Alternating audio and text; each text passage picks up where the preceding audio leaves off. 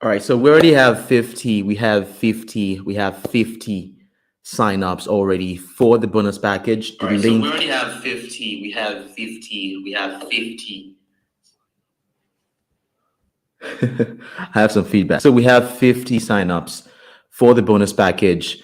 I'm not sure anyone. I mean, because I said a bunch of things, but I'm not sure anyone heard me. So I introduced myself as Daniel Falonipe.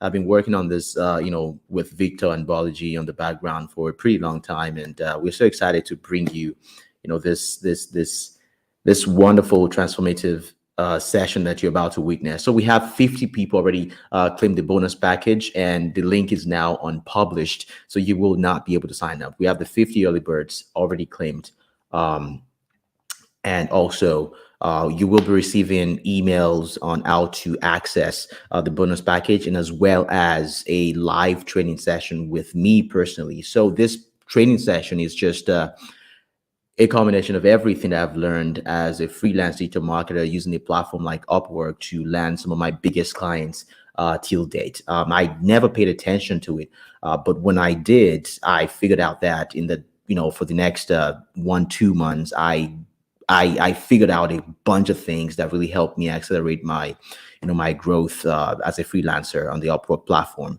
Now I don't use Upwork as much as I used to, but I figured that a lot of the things that I've learned can help you guys out if you so need that help. I know it's not for everyone, but I figure that this might help you support your creative ambitions, and if you want to make some side money, make some international money in art currency, this might be able to help you. So you will be receiving those information in email on how to sign up and how to join the live training session as well, just to help you grasp some of the things that I talk about specifically in this training session.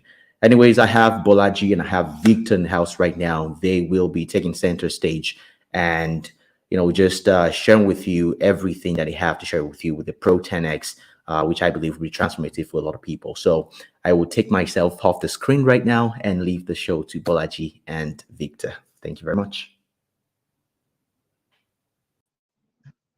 Thank you so much, Daniel. I'm really excited about this. Good to see you, everyone. That's me, Bolaji. You probably have seen my face. I've done a lot of videos up to this point, but I am so sure that. Okay, I was going to say I'm so sure that many of you are seeing Bolaji for the first time, but I just recorded the welcome video as Bolaji's face in one of the very few times that he shows his face at all. But yeah, happy to be here. Happy to see everyone. Hope it's a good Saturday to you. Guess you should hear Bolaji's voice at this point before we proceed. BJ. Yeah, Victor, thanks for the introduction. And incredible work up until this point. Daniel, thank you so much. I really can't wait to dive into this, right? I'm sure a lot of people have seen me for the first time as well. Yeah, I think that's just BJ. As much as I can, I would like to stay off camera as possible, right? So yeah. I'm here wondering why. I'm here wondering why you're keeping your hairstyle from everyone. Well, they can Before see you beards leave, already. you show us your full face before we leave. Okay. Yes, we've been talking about this for a month now. Thanks to Daniel ensuring that we did this. He did a thread on Twitter telling the full story. I'm happy that we're here. And this is only the beginning. I'm excited because I know we've discussed and there's a lot more we will be doing to the real big vision. I will talk more about it when we start looking through the slides, but the real big picture is to make a $10 million dent on the Nigerian creative industry over the next 18 months. We've just been focused on building what we set out to build from 2015. But finally, we will actively be sharing insights with our community. We're happy to have you guys as our first set of this Pro 10x community. So just a few playing around at the start as we allow a few more people to join in. By 11:10, which is 3 minutes time, we should kick off and start looking through the slides and just talking through the slide. You guys will hear my voice a whole lot more. Hello, Victor. Hello, everyone. I'm seeing your messages. Yeah, yeah. You can already start. You're happy to. You can let me know your expectations in the chat. Just maybe one word, two words, nothing too elaborate. Just state your expectations for this session while we're waiting for a few more people to join in. Yes, you will hear a lot more of my voice in this session because, like I have repeatedly said, so guys, let me tell you guys the gist, right? 70%, maybe 50 at least, or 60 of everything I'm going to talk came first to me from Bolaji. But you hear maybe 80% of my voice in this webinar because that's the dynamic of our partnership. So it teaches me a lot. Then I'm the campaigner. I can sell anything in that sense. Like I can, communicate it. So that's the beauty of it. I've learned so much from him. It took so much time. I stood in Bolaji's ways a lot of times. Where he's trying to get something in my head and I'm struggling, and it took some months or years before I finally catch up with him. But we have both learned from each other. We have also both learned from many books and many mentors that hopefully we'll talk about some here and there. It's 11:08, 11:10. Hopefully, I'm seeing your chats. Happy to have you guys here. Happy to have you guys here. Daniel, we can drop some messages in the Telegram. Just check on people. But all right. Daniel, what's the weather like over there in the middle of the mountains?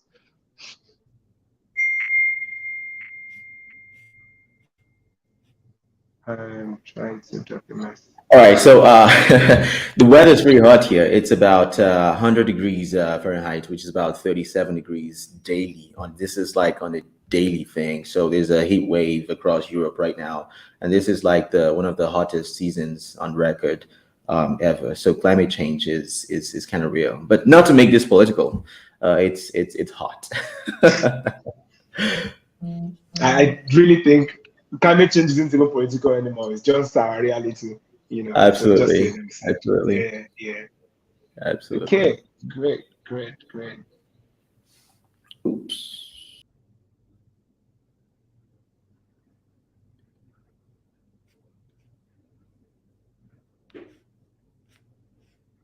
Okay, so please confirm for me, everyone in the chat, that one, you can hear us very clearly and that you can see a slide on your screen titled Positioning for 10x Value as a Creative Pro. I hope to hang in your community even after this webinar. Oh, great. There would be we'll discuss many opportunities for continuity beyond this webinar. Pro10x is only, this is a start. This is a start. It would have been, the question would be why if we brought all of us together.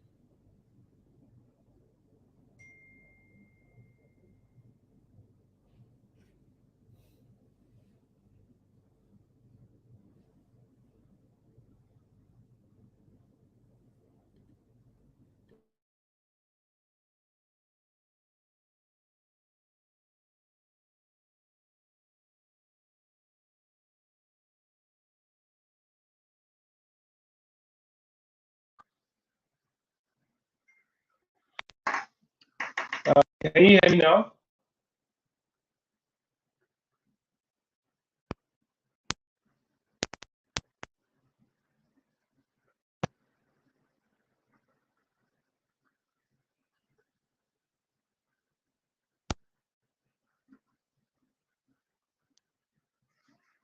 Hello, Daniel.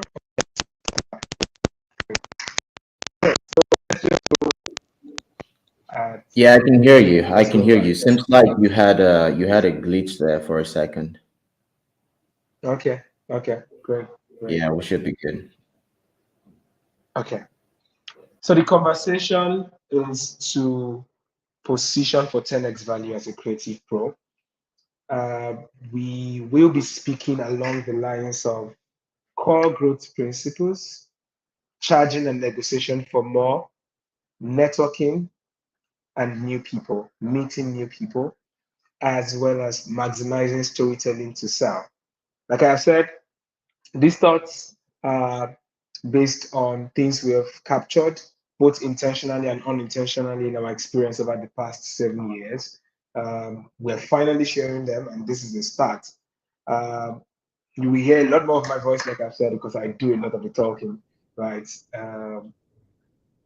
But to begin with, the question is why is this important, and why have we decided to do this already? Uh, First, you asked. So, like Daniel said in his thread, the focus for us was always we have a vision, a global vision for podcast for 2025.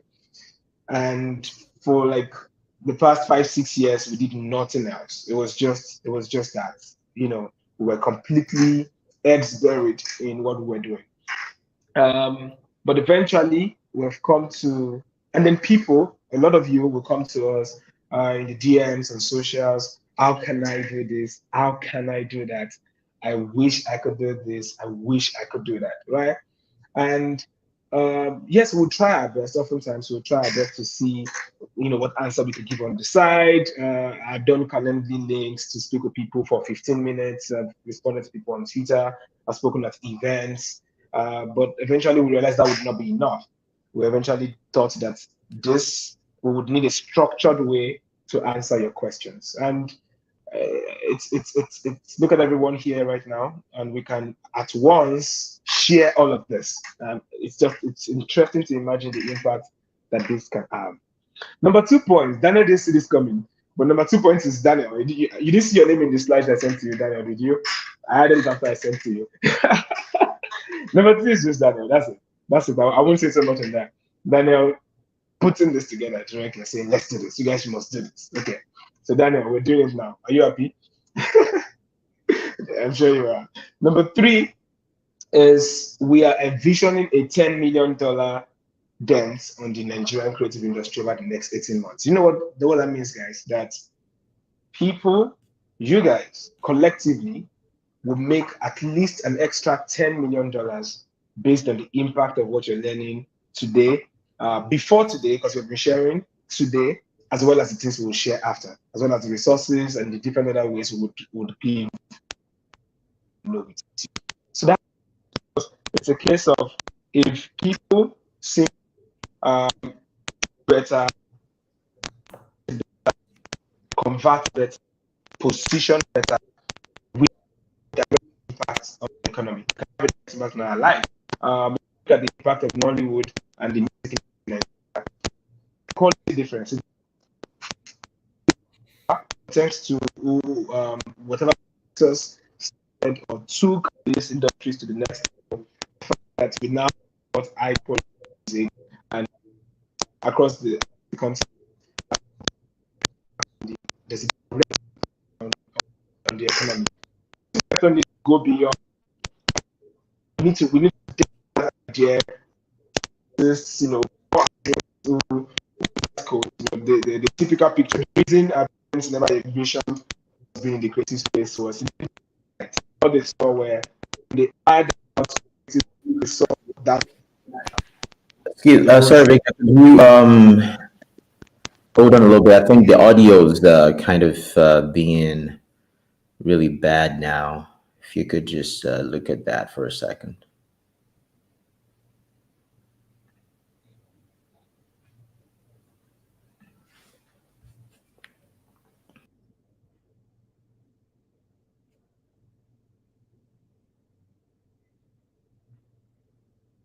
Okay. I believe Victor will join back. I mean, um, probably his network or his microphone or something.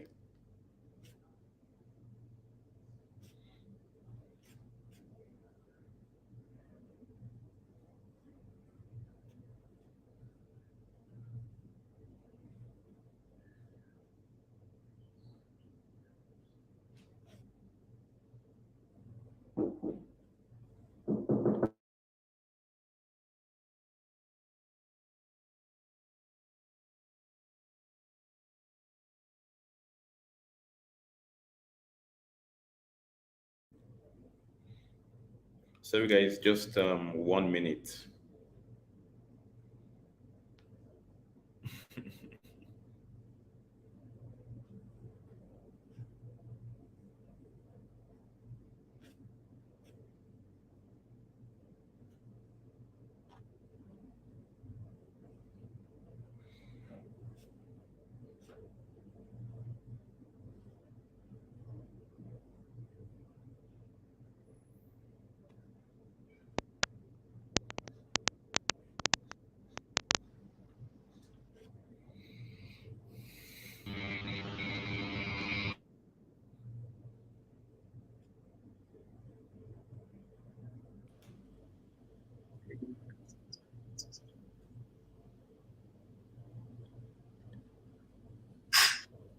Okay, Victor, are you back now? Yeah, can you hear me right now? Yes, yes, loud and clear. Okay, great. I'm also following Daniel's advice to not use the headset. I guess it's affecting it in some way. Okay, so I already spoke about the impact that if we directly put to use some of these insights, we have done that. For example, thanks to the fact that we learned some things and sealed bigger deals, we've created more jobs. We've had our own impact on the economy in terms of our own lives and the things we've paid for, the things we've invested in, and the careers we have supported.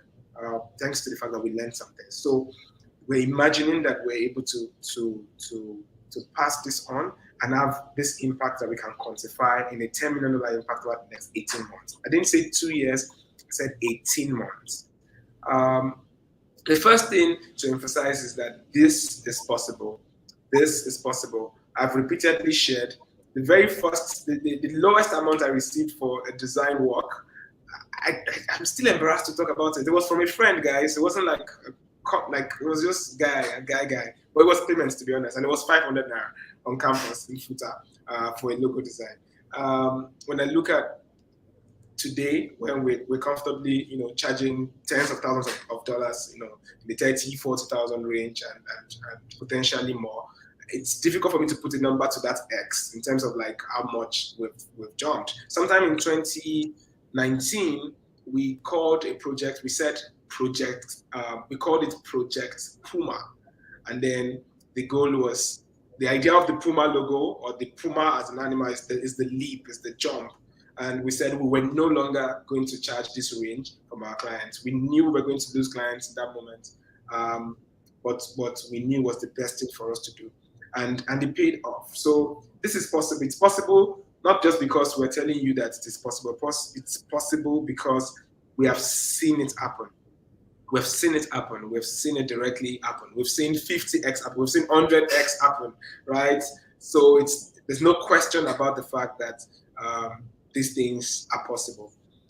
There are 4 parts. We'll be talking along 4 different parts to go 10x. The first is just before I go ahead, I would like to give you a quick recap. So the conversation would go across these 4 different parts, and then we would talk about sustaining these things, different parts in which you can sustain this conversation, and then we'll take your questions. Don't drag me in the chat. Yes, 500 naira.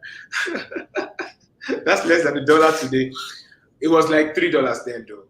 To be honest, it was like $3. So, right, we will talk through. We'll talk through this 4 different parts, and then we'll talk through, like, post this webinar. What's next? What next? How do we? What next on this Pro 10x journey for you?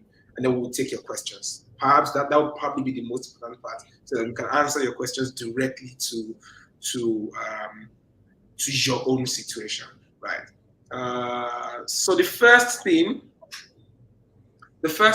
like I said, I'll be doing most of the talking, but Bolaji will come in from here and there. The first thing we need to talk about, if you're jotting, if you're taking notes, was I'm going to have to look away from the charts, because I'm saying my first logo job was 5K. So you're like showing me that you started 10x where I started, right? It's okay. That's fine. I just look away from the chat because you guys are going to really crack me up. The first part is self-development.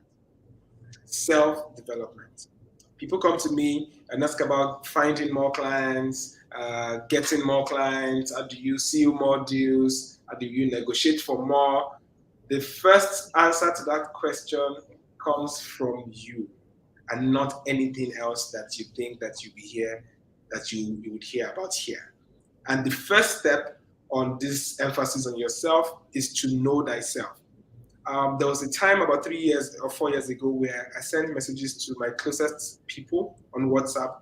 I just asked them, what do you think are my strengths? What do you think are my weaknesses? What do you think are the things I can do better at? That's one example of making the efforts towards finding yourself.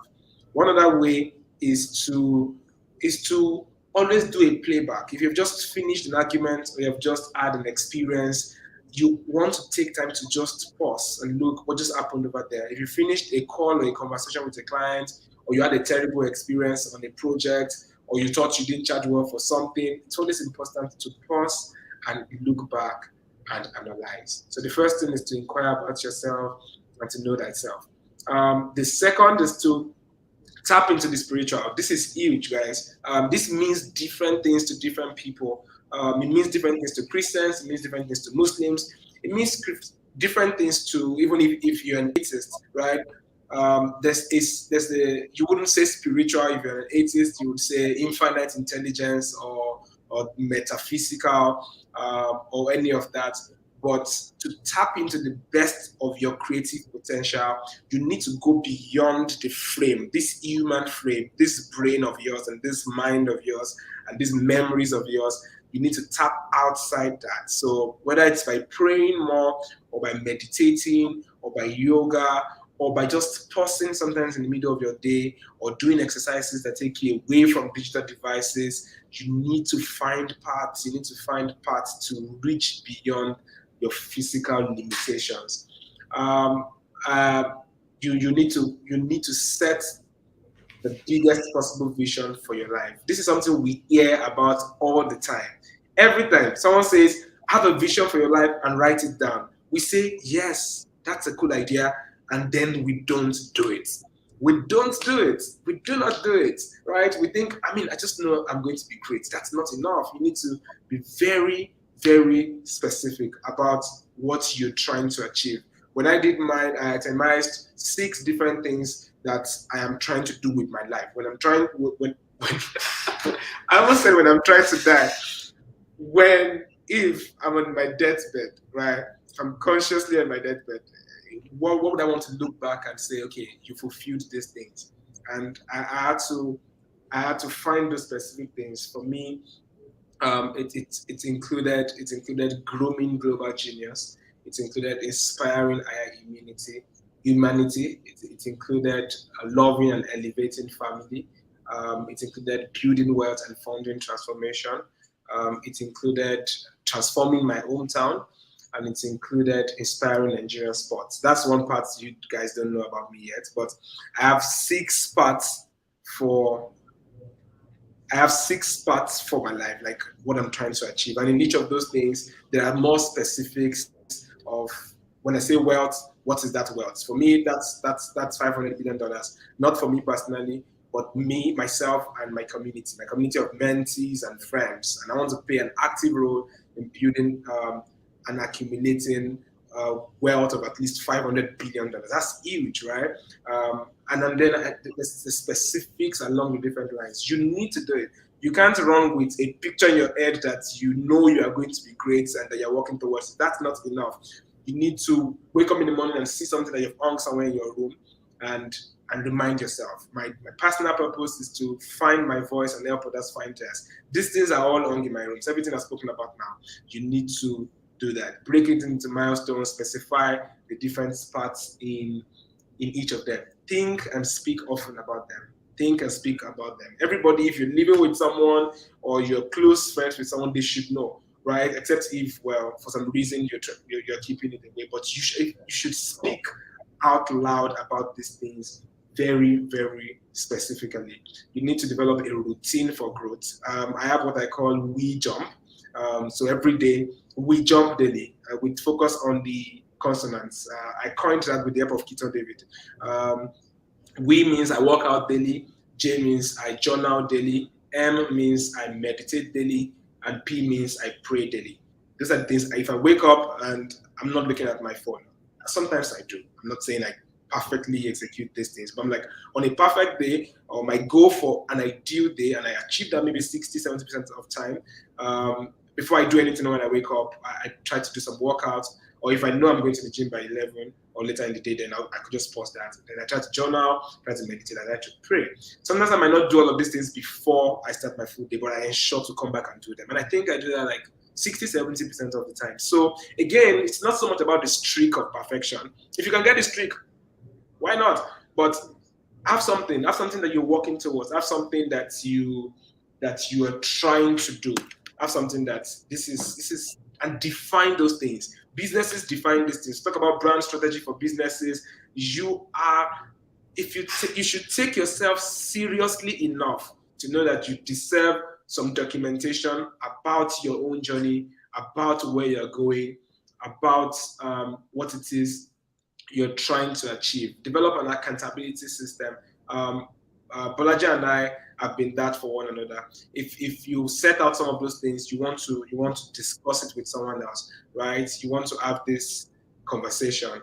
I would like Bolaji to share some tips about accountability systems and some of the ways in which we think that people can maximize this. You can share from our experiences. So Bolaji would share some thoughts on that.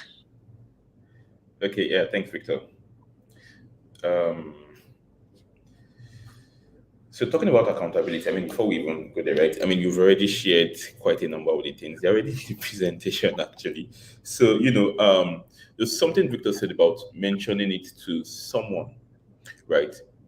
Having that vision for yourself, having that vision for, sometimes it doesn't have to be all mapped out till, say, you're old or something, right? But it's something that you want to live your life by. It helps you to develop a routine, right? It helps you to define how you live your life on a day to day, right? It helps you to define, it helps you to inspire a new level of energy within yourself, right? And the interesting thing about it is, when it comes to speaking it up, right, you can tell it to people, right? And you can tell it to yourself, right? Both works, whichever of the two, they work very, very well, right? And it can be a combination of both, right? When you tell people, people hold you accountable to them, right? Which is why it's when people in democratic systems where people contest for positions and they come out with a public manifesto, right? That people can easily hold them by, right? So what do you want to do? You understand? So it's always great, right? I mean, for a lot of the friends around me, I know what they're up to. You understand? It's easy for me to ask them, what are you up to? Right? What are you doing this week? It's easy for me to contribute. It's easy for me to rub mind with them. You understand? So, and while you do that, right, it is also very important that you tell yourself these things from time to time, right? Because it gives you a new level of energy that you have never seen before, right? Where you are going to, your journey, right, will require beyond all of the old aspire to aspire and all of those things, right? You need an energy to keep you going every day. Like you need an energy to keep you going every day that wakes you up from your bed, right? That keeps you running. It fuels you. You understand? It makes you not to. I mean, when we talk about people moving and being motivated, right? This is one of the most important things that helps you to move every day. It helps you to, when you going and the road seems tough, right? You know you have already defined who you are and what you want to do, right? And it keeps you going every day, right? So that's that on the mindset, right? That's that on the mindset. So also it's very important to write things out, right? Put them on pen, put them on paper, right? Let them be visible to you, right? Sometimes even let it be visible to other people around you. You understand? So talking about accountability systems, right? These are like really, really, really important things to keep. Yeah, so these are really important things to keep. Hold yourself accountable through systems, the people you have around you, right? And the systems you yourself design around your own self. From when you wake up, what are you saying, right? What are you talking to every day? And in this age, right, you have both a physical community and an online community, right? Who are those in your online community when you go online? They really, really influence you. And who are those in your physical community as well? You understand? So a lot of times you may not have full control over your physical community, but you can control your online community. You understand? Tomorrow, to a very good extent, if you see Victor doing something else, right, a lot of you know how to call him to order, right? Because you know who Victor has defined himself to be. You understand?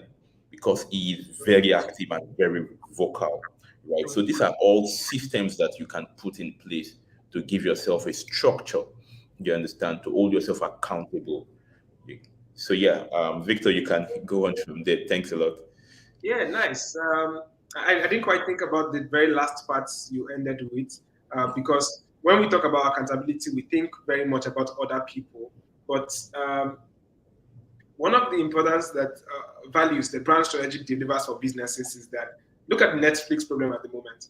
Netflix has a problem with this decision to bring in ads because they've spent years communicating a brand that should never be thinking about ads, right? Even though it makes business sense to them right now, there's that uproar because you have said this is who you are. We can all relate to the fintech in Nigeria at the moment right now that's built the brand around being free, right? But based on regulations, they have their hands tied right now. They can't afford to be. But then they've been a subject of conversation again because they built a brand around that. Those are very, I do not even know what they should have done better.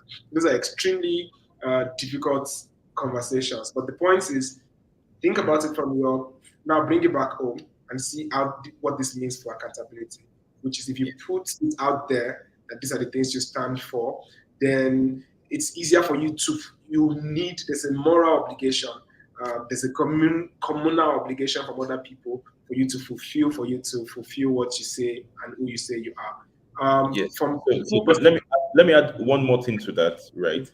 Which is a lot of times, right, the route to growth is non-linear, right? A lot of things change along the way, right? But a lot of the times, the structures that you put in place is like the compass. That's the one thing that doesn't change so easily, right? So it continues to guide you, it continues to move you. So a lot of times, right, even when you're not sure of some particular decisions to make up, what step to take, right, these structures that you already put in place, right, it continues to glue you um to a particular route. You understand, such that at the end of the day, you define this route, right, because it really helps you to it helps to keep you in check and to keep you on track, right? So once you have that, right, to a very large extent, you are on the right route. Just keep that, right? Many things will change. A lot of things will change.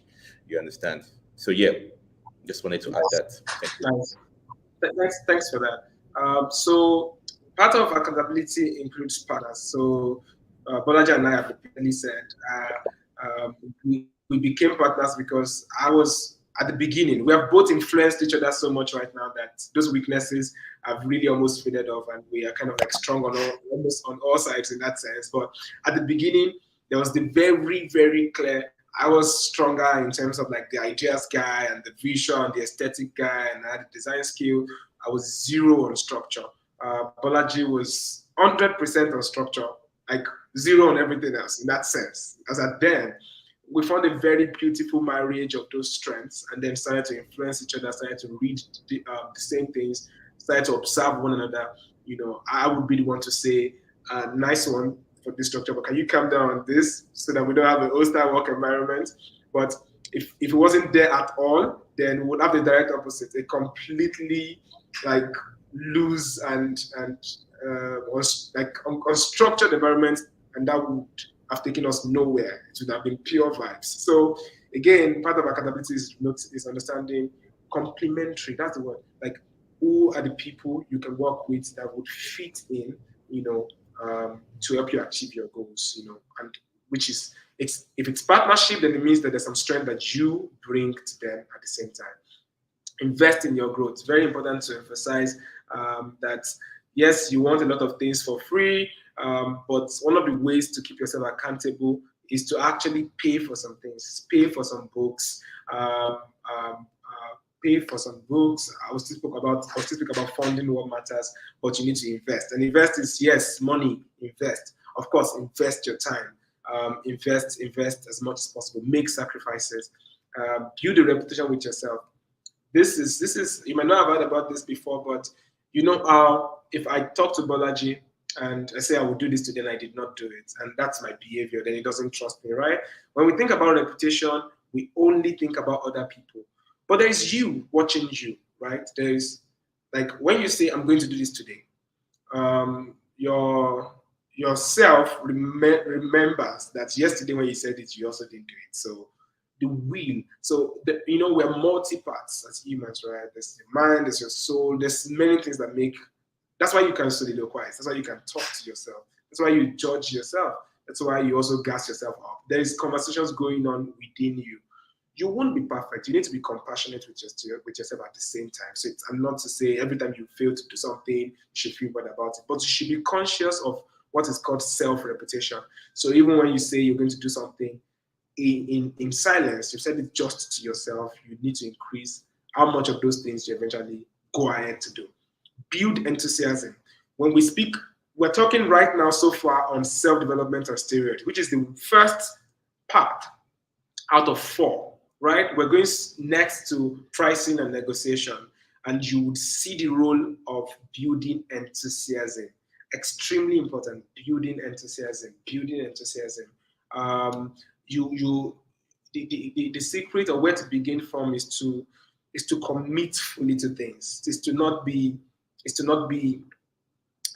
cynical. Is to not be if you live a life more on the lane of skepticism and not fully committing and not fully believing and just following, just getting by, you will not have the enthusiasm to sell. You will not have the enthusiasm to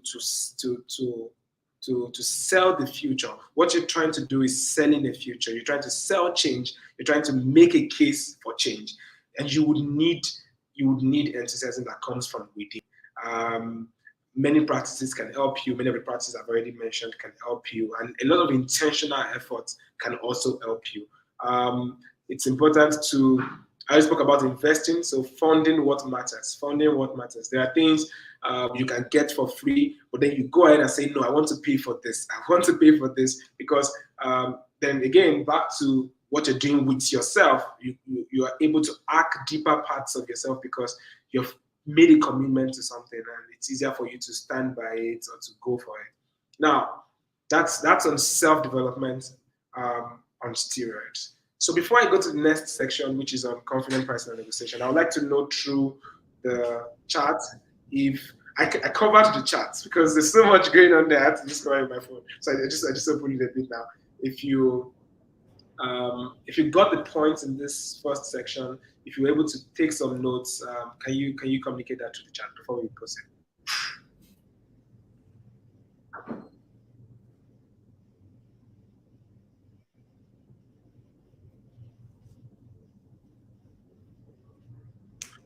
Just while waiting for that, there's something Temiloluwa said. The issue, okay, yes, you guys have, okay, great, plenty notes, great. The issue with accountability is finding someone, this is not Q&A, just wanted to pick one and react on that. Finding someone who will actually hold you accountable. If you say, hello, Victor, not me, not everybody should come to me, right?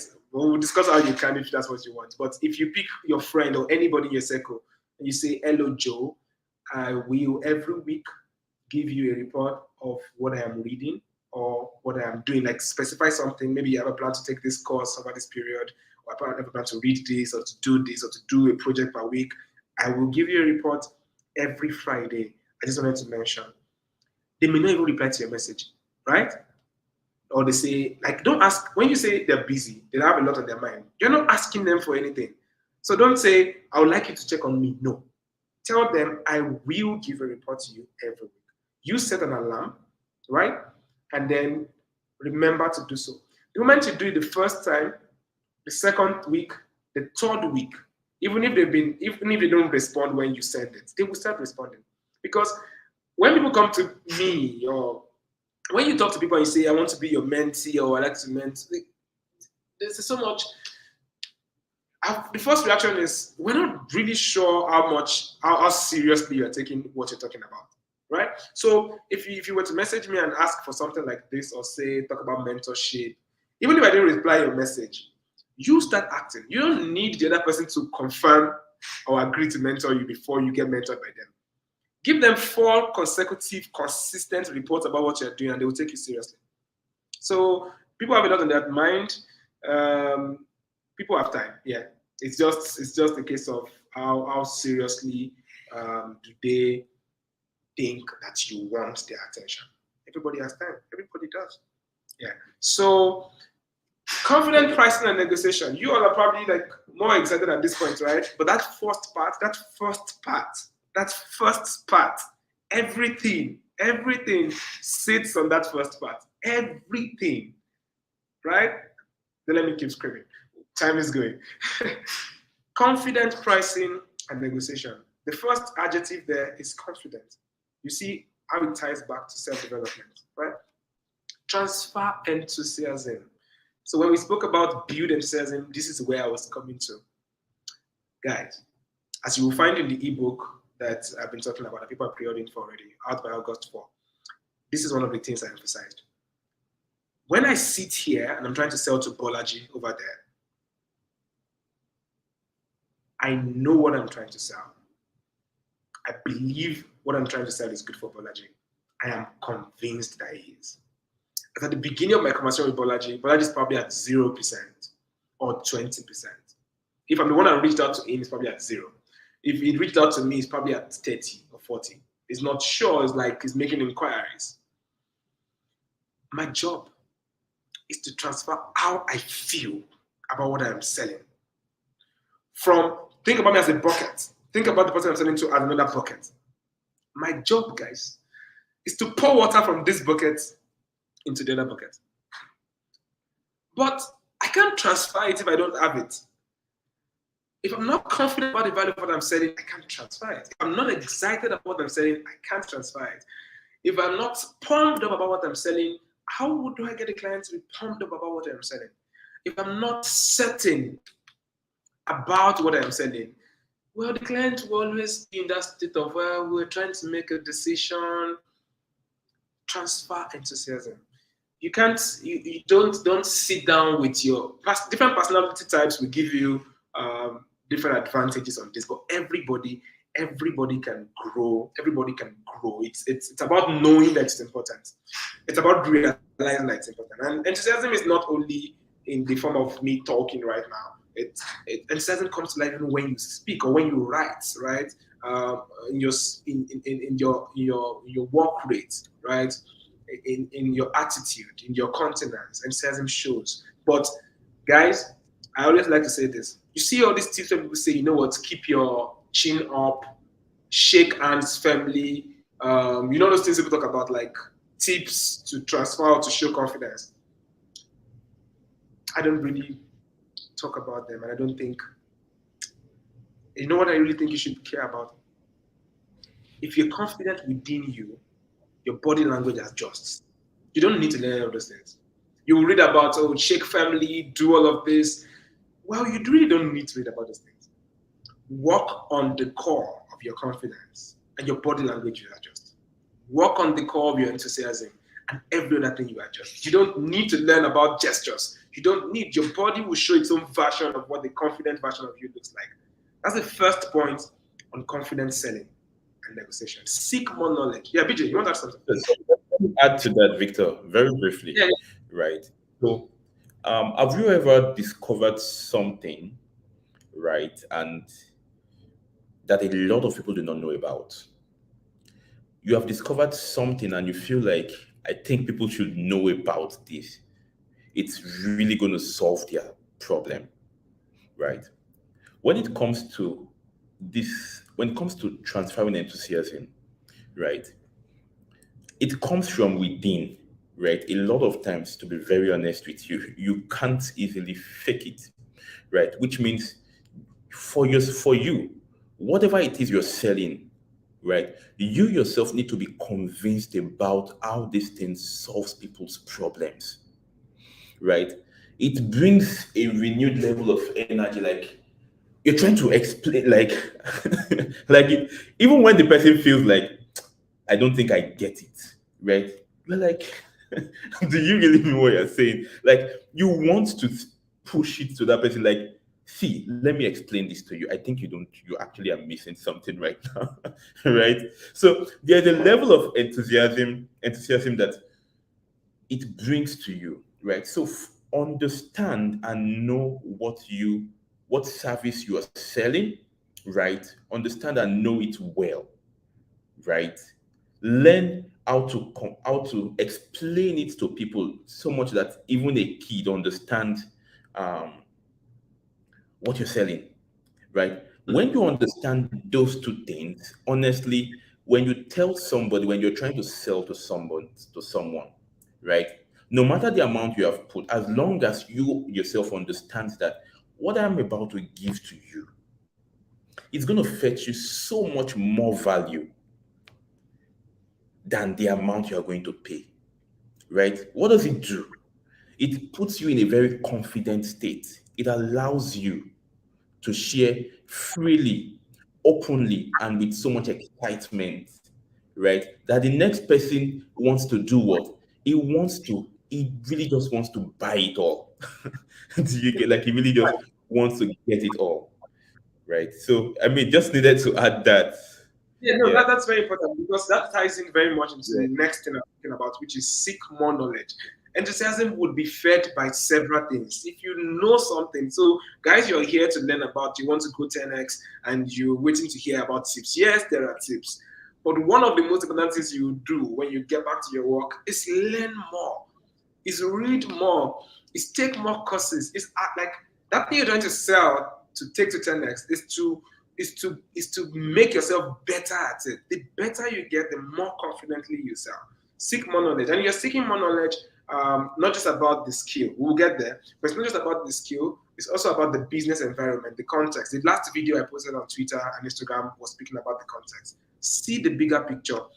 What you're doing ties into something, which then ties into the economy. Again, one of the video blog, last one on my socials, also speaks about this. That helps you to be able to see the full picture of the value you're creating. Now, normalize the big picture, right? Businesses are speaking to you to achieve X, Y, Z. Put yourself in the mode of that X, Y, Z. Like, accept that businesses are trying to be more profitable. Accept that you're a part in that chain to more, and you deserve more. Like, more is yours, right? I mean, one of the experiences that really influenced me was when I went to a store, right? Right, I was mostly outside Lagos, right? Ocean State, and I went to, this story is very humbling, guys. Right. So I followed a client, actually, a potential client. So it was just someone like a mentor as well. I was at ICM in Ikeja many years ago, and I just saw him in the park. And I was like, oh, he came to get some Super Eagles jerseys. It was ahead of one of the World Cups. And I followed him to the Nike store. And because I followed him, I was just also checking some t-shirts, very like basic t-shirt. At least what I could see was like, what's like just basic t-shirts, right? And I was asking for the prices, and I saw prices like 130K. I'm like, for this shirt? They're like, okay, yes. Okay. I acted like I was fine and normal. I was coming from a career where my shirts were 1-2. Like, It's not 1,000, it's not 1,500. My shirts were 1,200. That's it. Like, you don't like, when you go to the boutique, they say 2,000 or 2,500. You don't actually say 1K. It's not 1K. It's 1,200. Very, very fixed, which is $2 right now, right? that was what I knew. And then this one is also 1,200, but it had an extra 2 zeros to it. So it's 1,200 to, 1,200x, right? So the question I needed to ask myself, and at that point, where earlier days of Fort Canvas, where I would still be arguing with Bolaji that how can we can't ask for that much now, that's too much or something. I'm struggling to justify some figures for some work. So I had to ask myself a simple question. These shirts, they made for people like you. Like, do you have the right to wear shirts like this? Right? I'd also seen restaurants and other places, really exclusive places. I had seen the figures. I'm like, wait. Do you have the right as a human being to wear these shirts? Okay. If you do, okay. Your field design. Does the designer have the right to wear these shirts? These were rhetorical questions I asked myself. Okay, designer has the right to. Okay, I see. Designer has the right to wear this shirt. It means if they just went out to get a couple of shirts and trousers to revamp their wardrobe, that's like 3-4 million, right? When you have some shoes and if you have some watches, I mean, an Apple Watch is 300K right now, in that range and more, the latest one. Like, do you have the rights to these things? That's the question I have to ask myself. Well, the moment I agreed, I have the right to these things, okay, then I stopped to feel, when you want to call it figure, you're feeling guilty about it. It's like, it's because you have not yet walk up to a car lot, price the cars, and ask yourself, do I have the right to own this one day? Or is it that my field is not allowed? BJ? Or you ask yourself, how many projects do I need to do before I can finally buy a car? That's a valid question. So you want to see the bigger picture for what your clients and the economy can become, right? Like right now, you're thinking if it's you're serving tech businesses, you want to be very informed and see the bigger picture of what tech businesses can be, right? And you are somewhere in between how they will get there. And you should have a good, high quality of living. You should have the right to. So the first thing I'm trying to tackle with you guys in this particular point is, I know that one of the biggest problems that many creatives face is the guilt of calling that amount. Take that out.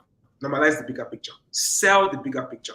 Sell the bigger picture, not that you're selling that, you're telling the client, oh, I want good things for my life. No, talk about the good things that all of us want, me and the clients, and what the client is trying to achieve. What Ogowa, right? We want, dinner. What deserve dinner? So you're trying to help the businesses to be more. You are trying to be more. Everything flows together. So think big for the client, and you're somewhere in between that big picture yourself, right? So when you're selling that big picture, and do not underestimate your clients. Do not underestimate your clients. Sometimes you are the one telling yourself that this client can afford this. Sometimes you are the one. You're arguing for them in your mind. So sometimes in the past, another story, if Bolaji would say, let's charge 10 naira for this, I would argue internally with Bolaji about, this number of years ago, this is this, there's the Nigeria economy. I will argue, right?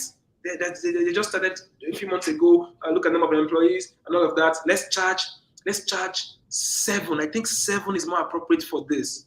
Guys, guess what will happen when the client comes? The client will repeat everything I had said behind their backs. But now they're applying it to 7. And then, of course, the 7 will now crash to 4. Double negotiation. I wrote it somewhere. Don't negotiate on behalf of your clients. Don't negotiate on behalf of your clients. And the part of why you're doing that is you're underestimating your clients. Do you know what you should spend your time on between when you're determining the price and when you want to speak to the client about it? You should spend the time on how does this connect to the bigger picture that the client wants. So you should do more thinking on elevating the clients and connecting your pricing to elevating them, than this is your pricing. You're arguing against your pricing. You're bringing it down. That's not your job. It's the client's job to try and bring the cost down. That is not your job. Don't underestimate your client. And think about it. The smallest businesses that have paid you the most ridiculous amounts, they're paying office rent. The founder probably has a car too. Once in a while, maybe they even, take vacations overseas. But they are small business in terms of like what you're seeing them do. But you need to understand that they're spending good money on several parts of their life, on the education of their children, on many things that they consider important. So they can afford it. They just don't see why. So if a shoemaker on my streets asks for 20,000 naira to fix my shoe, I would look like, what did you just say? Right? And it would be like, that's ridiculous, man. Like, it would seem like I can't afford it in that sense. And that's the truth. I can't afford 20,000 for my shoe fixed by the shoemaker on my street. But can I afford 20,000 if you stop there? Can I afford 20,000? Of course, right? Because I spend that in restaurants. I spend more than that at clubs, right? But it's a case of why. Why am I paying this? So that's the point. It's not, but yes, he wouldn't just come to me and ask for 10,000 to fix my shoe because he's not able to show me why. So the problem is not that I can't afford it. It's that he's unable to show me why. That's where knowing what you're doing, knowing that field, that's where it comes back in. The more knowledgeable you are about your field, whether it's design or photography or writing, the more knowledgeable about you are about best practices, about the impact it's had globally, the better you can frame it. If someone says, let me give you a good example, guys. I'm going to act like an actual conversation now. I say, for an individual freelancer, I say, for brand identity, for the clients, maybe, I don't know where you are. Again, 10x means different things to different people, right? So let's say you currently ask for 50,000 and 10x means 500K for you. You currently ask for 500K means 5 million for you. You currently ask for 50K means 2.5 million for you. Let me pick one of that randomly. Let's say 2.5. Let's say 2 million naira. So let's say next week, your client has asked you, and even you can try with 5x to start with, maybe. But let's say the figure you're talking about is now 1 million. Client says, how much is this? And then you mention the figure. The client says, this is too expensive. To be honest, we didn't think it was going to be this high. I mean, I've heard of people who do this at 200K now, or even 100K. There was even a guy we used to work with, but he has traveled out now. He's now so busy, we can't reach him again. And, they'll say different things, they'll say, right? This is an example of a response. An example of a response is that, yeah, brand identity can cost 200K or less.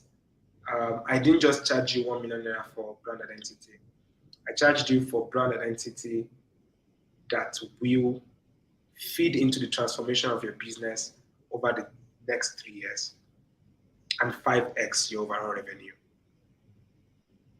The way I'm thinking about it, this is a process that will deliver X, Y, Z, strengthen, inspire your team from within, leading to more productivity, differentiate your business out there, making sales easier, leading to more revenue. And then you outline again, these answers will be specific to them. Don't say this ahead though. Don't say this when you have just called your price. No, call your price. I will get there. Call your price and shut up. I'm saying this is your response when they've said, why is this thing expensive now? This thing should cost X, Y, Z. Accept.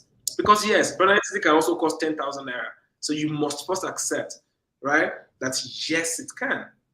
But I didn't charge you 1 million for that. I charged you for this that delivers this, right? So if someone says something is too expensive, represent the offer.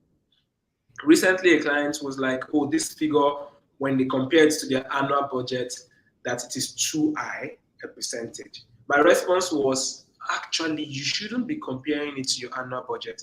You should be comparing it to 5 years, your annual budget for 5 years, right? Because the impact of this is going to last that and even longer.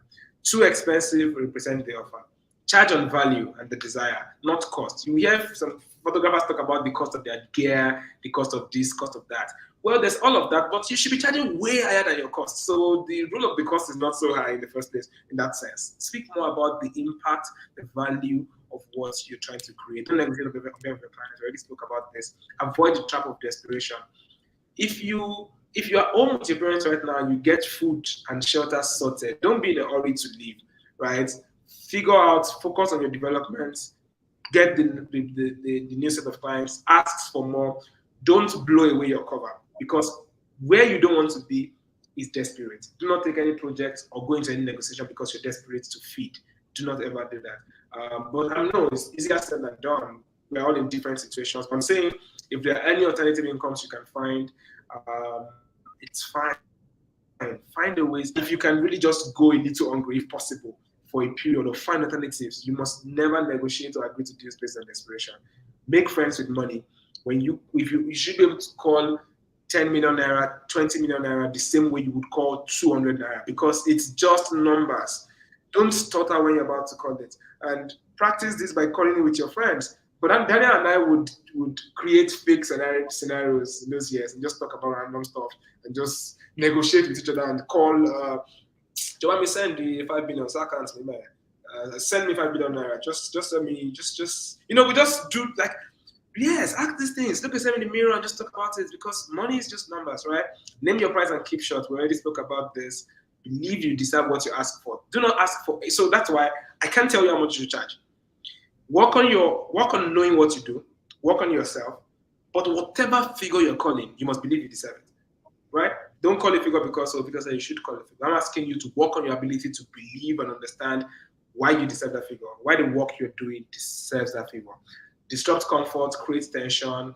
Have conversations on how you're trying to also select the clients in that sense, or talk about what they may be missing out. Talk about, like, do not be the only one that is trying to talk about the things you won't take. Talk about your own values. Still talk about rules of engagement. First time I posted something like that. That may be a lot. We may have gotten somewhere before we can say that out there out loud, but you should, in the conversation towards work, you're not the only one trying to like qualify yourself. The client is also trying to qualify themselves. Reframe the options for them. Oftentimes, if there's an alternative option you can create, that's fine for whatever you're selling, because do not let the only options be between engaging you or not engaging you. Create like two options of engaging you in that sense. Maybe I'll be this involved or I'll be that involved. You all have heard this. We'll give you exposure, right? Actually, everybody tells you it's bullshit. Actually, guys, I'm about to tell you the opposite. You can actually do some work for exposure. You can actually do some work for exposure.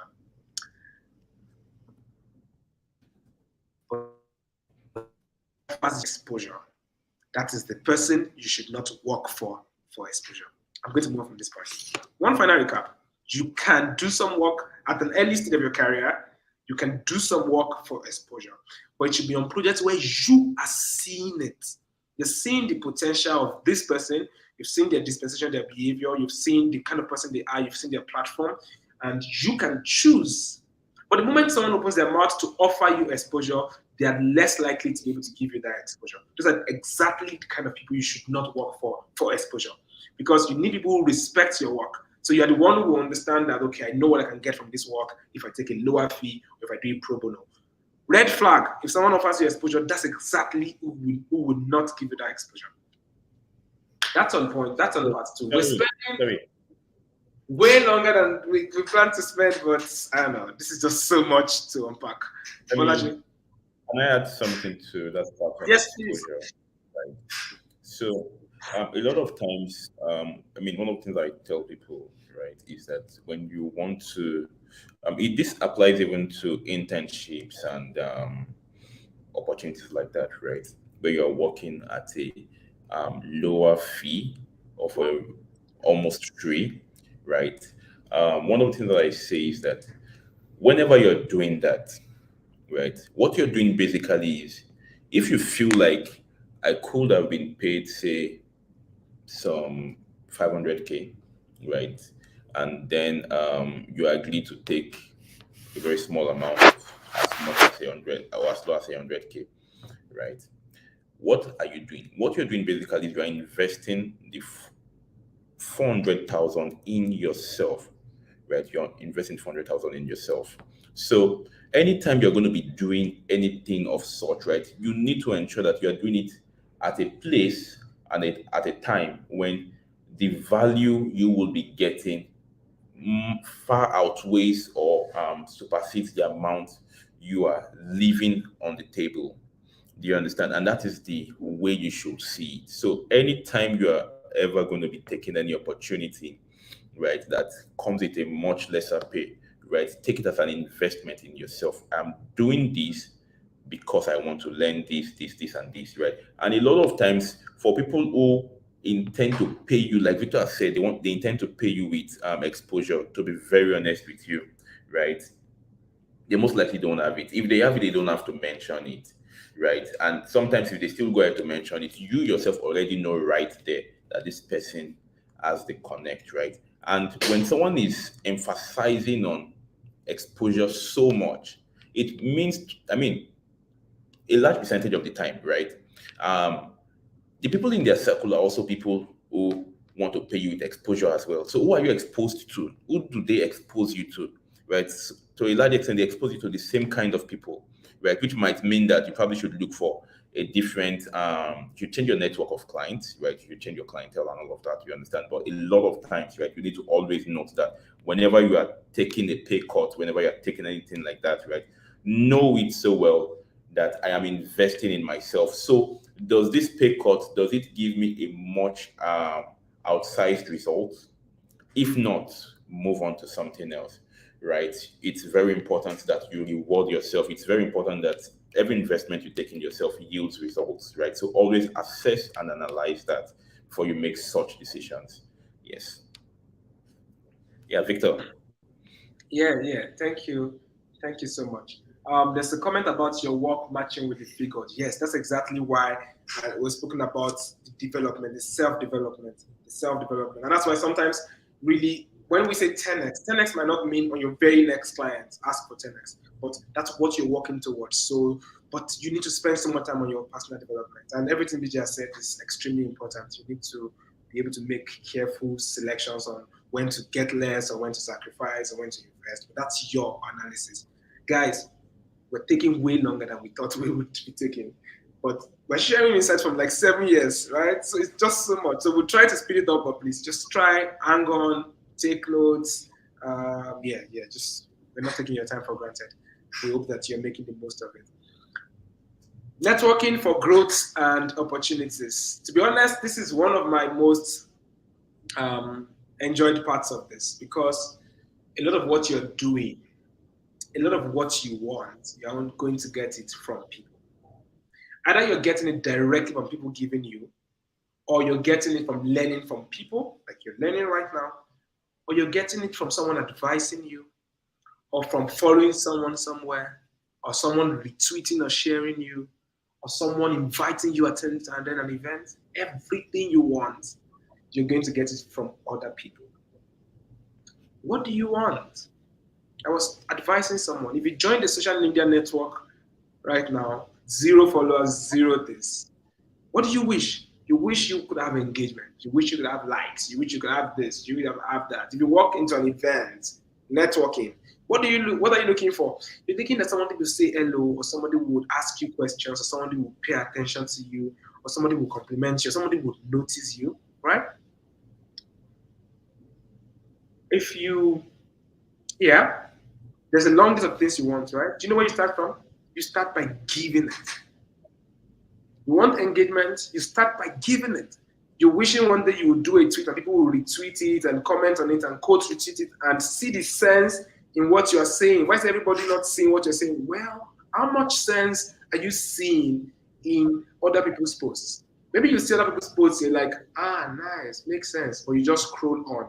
Well, that's exactly what they're doing to your posts. Maybe you're at an event and you see someone, they ask a question or they look nice or they just said something past you and you notice that this person is so cool. And you kept it to yourself. Well, maybe someone thought that of you as well and they kept it to themselves. Do you want to speak and have people listen to you? Well, someone else is speaking. Can you keep short and pay attention and learn something? You want recognition. Can you give the other person recognition? The first rule in networking and building networks, that thing you want, give it. I won't stress this too much because we have a very short time. It's not every time you're looking for new clients. Not every time new clients. Sometimes new people. Sometimes new people. Sometimes juniors. Sometimes people at the same level with you or lower. But every new connection you make to people, something good will come out of it. Something good you can begin to give them and you can also get from them. But even in giving, guys, I'm writing that book I'm writing on sales. By the time that book is done, 50% of it would be what I knew when I started writing it. The other 50% would be things I learned for the first time because I was writing the book. Now, if you're talking to someone or giving someone value, someone who is lower than you, just because you're giving that value, you're restating it and you're learning further about it. So it's not every time that you're looking for new clients. Look for new people. Connect with new people. It's not every time you're trying to give. You get eventually if you're giving. Respect, honor, and appreciate people. Because guess what? Well, that's what's lacking in the world. People, respect is low, honor is low, appreciation is low. Everybody's looking to themselves, right? You want Pro10x for yourself, that's fine. What role are you playing for the Pro10x of your friends? What role are you playing, right? You want to be respected, how much are you giving, right? That's the point here. Listen, and listen. When we were in Akure, there was a time Opec gathered a number of pictures of me.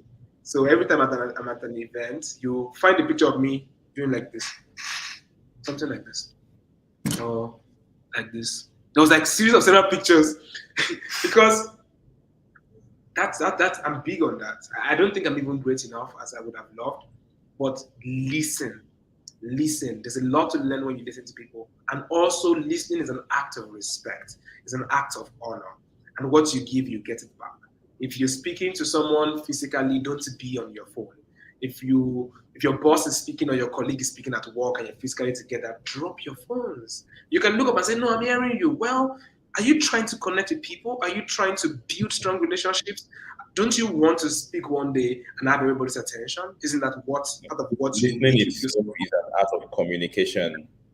Yeah, it is. And then there's so much more. Go ahead. And it's important the person speaking can see that you are actually listening, because that is what encourages him to keep going, right? So it's not just the fact that your ears are active, like you're about to say etimiodi, right? Like I'm not, right? It's not enough, right?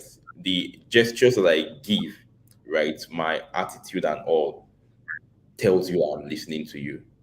You understand? And tells you you need you're making sense. Yes. And it tells you that you're making sense. So when you're listening, yes, you learn better, you read between the lines more, but it's also a gift to the other person, right? Just to reflect on how you feel if someone was listening so well to you. Give everything you want. Write to people, write notes. You've just had a meeting with someone, write and appreciate them, recap what you've just done. Someone's advised you on something, DM them. That's going to be so much DMs for me if you all DM me after this, but write to people at all levels, not just people you're trying to gain from. Write and give in your writing. Use your writing to give to other people. So because, well, I said write because the words are strong. So you speak, but again, what you write is even way more memorable, has more lasting impact on people. Maybe you don't have money to give people birthday gifts yet. You can write handwritten notes to them. Yeah, handwritten notes, or rather than say HBD somebody, you can DM them and just appreciate them or write something about that. That's free, guys. You're spending zero. That's just time. These are some of the tips you need in building your relationships with people. Ask for advice. Like I already acknowledged, it's taking longer than planned, but I think we're moving faster. Ask for advice. I need to chip in a little story here. I was the student union director of sports when I was on campus. I won the election. I was just a random student that I didn't belong to any special group or some stuff, like my chances were supposed to be really low. Then someone gave me an advice, someone who was already in the student union, who I just ran into. He said, go to all the top guys on campus, whether in your faculty and in other faculties, in your opponent circle, wherever, ask them for advice. The moment is one, if you ask anybody for advice, there's the moral sense of obligation to answer you, right? First, asking someone advice is respecting them. When someone has advised you, it's difficult for them to oppose you. Anybody who has advised you is more likely to look out. It's almost the arc, right? It's almost the arc.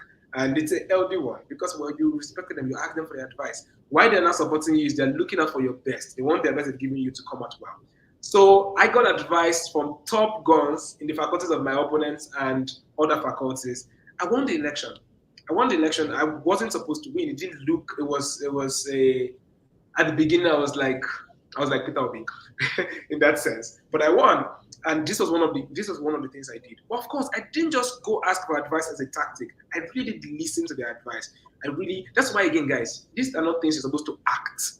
You're supposed to see the essence of these things and do them from within you, right? Because asking for advice, well, opens up new things for you to learn. When we were coming into Lagos, before we moved to Lagos at Fourth Canvas, I would come to Lagos, I would met CEO Principal, I met many CEOs in the space, and they would tell me their stories, and I would just say, I just wanted to stop by and ask. I didn't market our services to them.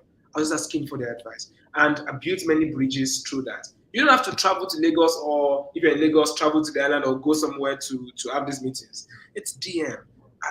Right? Don't say, guys, don't forget this. It's about, don't forget this, guys. Do not ever, not to me, not to anyone you look up to, do not DM someone and say hello, or hi boss, or hello Victor. Like, what am I supposed to do next when you do that? Write something, 2 paragraphs, introduce yourself and ask for something, or just say something, or just make a comment. Be intentional. So the message you're dropping is not copy and paste. You're really saying something. And asking for advice can be is one of the many things you could be doing. And it can open so many doors for you. Yeah. On the 4th one, BJ, anything you want to add before we go to the last one? Last part. Selling. Okay, nothing about that. Everything was really, really on point. Okay. Thank you. Right. Right. So, guys, 3 parts done. How are we doing? Feedback. How are we doing? Are we communicating clearly? Are you getting it? Is it inspiring new thoughts in your mind? You're not supposed to leave this session with just everything we've said in it. It's supposed to give back to some answers that we did not say. That's how learning works. It's dots in your head, right? I can't know your specific experience to detail, but you're getting it, right? Good. Yeah. Okay, great. I never thought about advice like that. Yes, that's how it works. But like I said, any of these things, don't do them as artificial acts or things. See the essence and do them naturally, right? Don't keep your chin up and shake firmly as an action. Feel good about yourself, right? That's very important. Okay, joining late. Okay, well, there's a replay. Sparking ideas, doing pretty good. Okay, good. Thank you. Selling with, again, guys, this is taking so long. I'm apologizing that. 7 years of insights, man. You can't finish it in 7 hours if you wanted to thoroughly go through it. Yeah, but at the end, we'll talk about how we intend to give you an opportunity to take this into the smallest details. But we're trying to cover the basics so that if you have to run off, that's fine. You can do great stuff. Selling with storytelling. Storytelling has been talked about recently. On Twitter, I talk a lot about storytelling. Okoyemi talks a lot about storytelling. It's almost, you could almost call it the buzzword. And of course, it's just one approach. It ties into content marketing in some way. It's just one approach to marketing. Yes, there are different ways you could be marketing. There's digital ads, directly put the value proposition right in front. Something percent discount or something, right? Do promos. There are different ways people have sold stuff in the past. Gathered here, we're creative professionals. The most effective ways that we can sell our stuff is with storytelling. People who manufacture stuff can come and say, get this, get 5 of this, get 5 of this, buy 4 of this and get 1 for free. These guys can say, what can they say? Get warranty, give you a bigger warranty. Like products can just go very specific, and they don't even stop at that. A lot of products sell the most, do a lot of storytelling. But as a creative professional, that's where you sit. You're selling creativity, you're selling strategy, you're selling what people call intangible solutions a lot of times. Your marketing is more effective from the same direction. Stop waiting for an incredible story. There are people who, almost died, lost loved ones, had completely nothing, got up from it, and did great. Amazing story.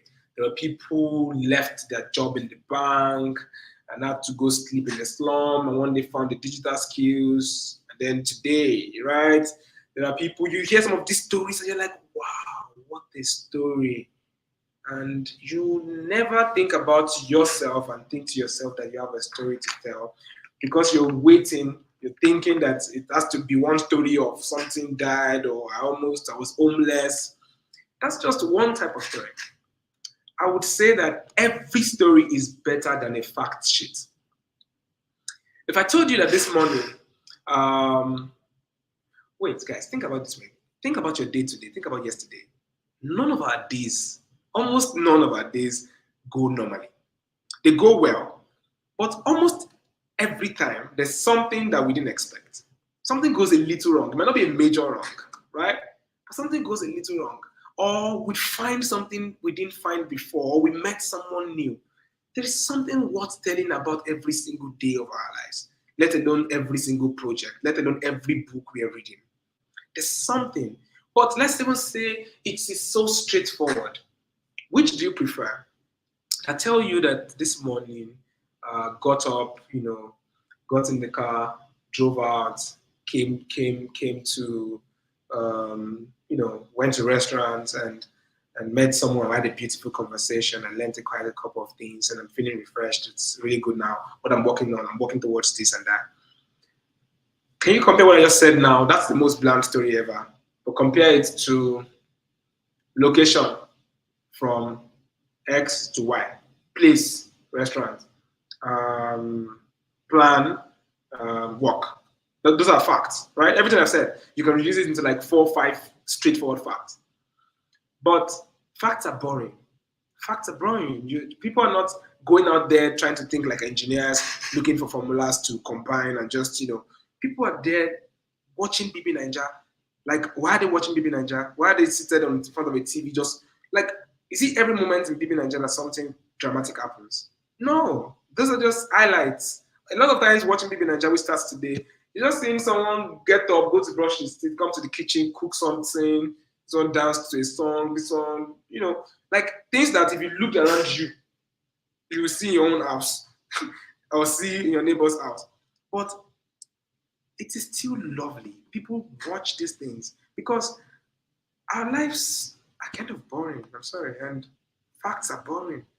We just want some detail. We want some detail. So don't wait for an incredible story. Just give us the detail of your story, no matter how bland you think it is. The moment you read someone's story, you feel more familiar with them. Nothing beats proximity bias. I did a tweet that we all think that our mom is the best. Guys, like anyone here in the chat, Emmanuel, Goshola, Favor, Dubem, think about it. Like, who's the best mom in the world? Of course, I understand that this is not true for every single person. There are a few exceptions, But for most people, think about personal and think, who's the best mom in the world? Your answer is your mom, right? But if 10 of you or 100 of you or 1,000 of you say your mom, yeah, right, your mom is the best. I'm Bright, I agree with you. Except that Favor does not agree with you. Except that actually I don't agree with you because my mom is the best too, right? But that's the problem. BJ's mom is the best. Daniel's mom is the best. That's obvious. We're all wrong. All of us. We're all wrong. That's the proof. But we're all right at the same time. Do you know why I think my mom is the best? Because I watched her. I saw her show me love.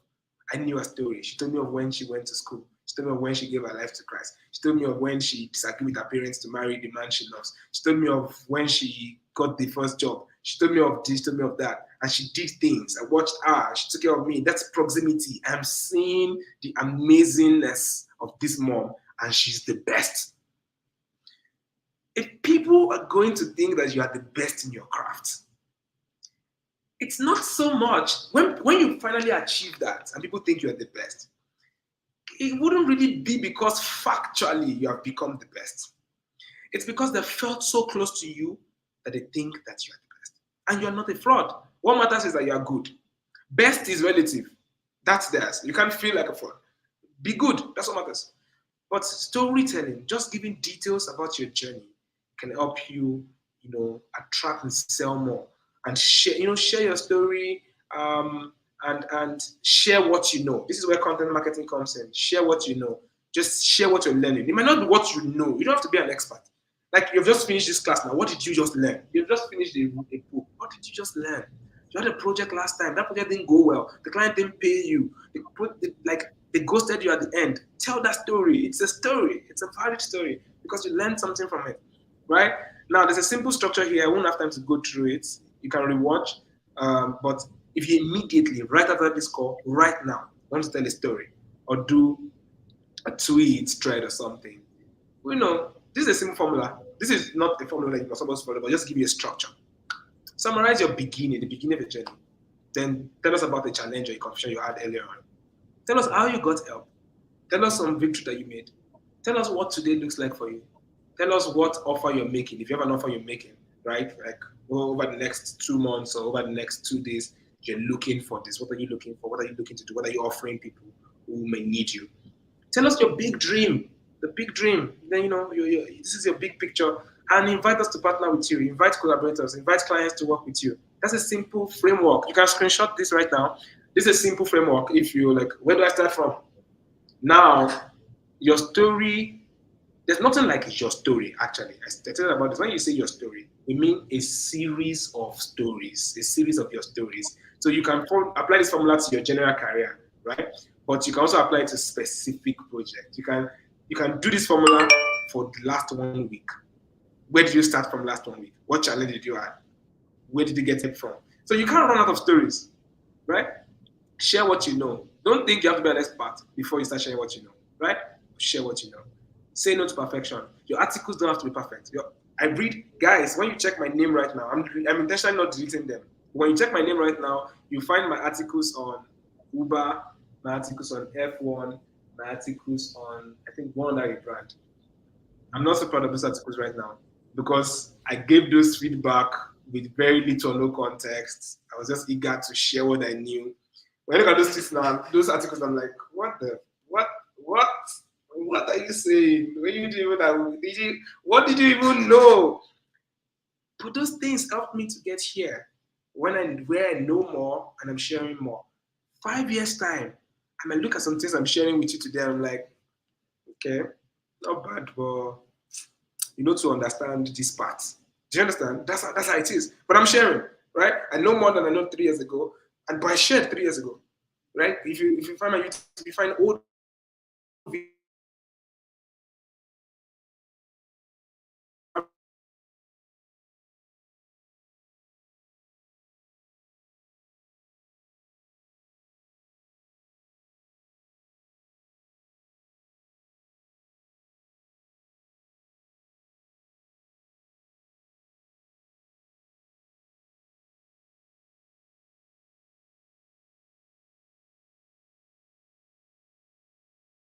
Okay, Victor, are you still there? Can you?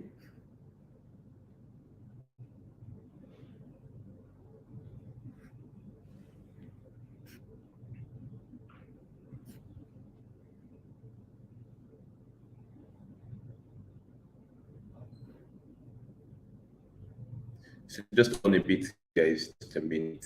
Victor will be in. Victor will be in again.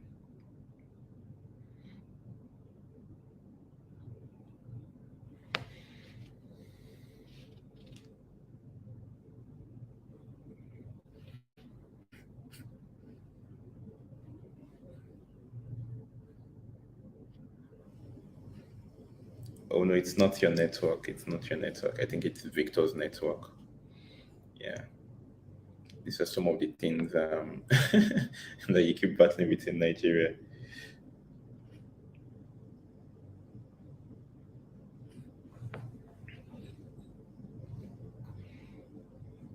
You know, a lot of times, many of us um, want to see things being perfect, right? Before we begin to share, before we begin to talk about, before we begin to tell our stories, right? I mean, like Victor said, it's really not.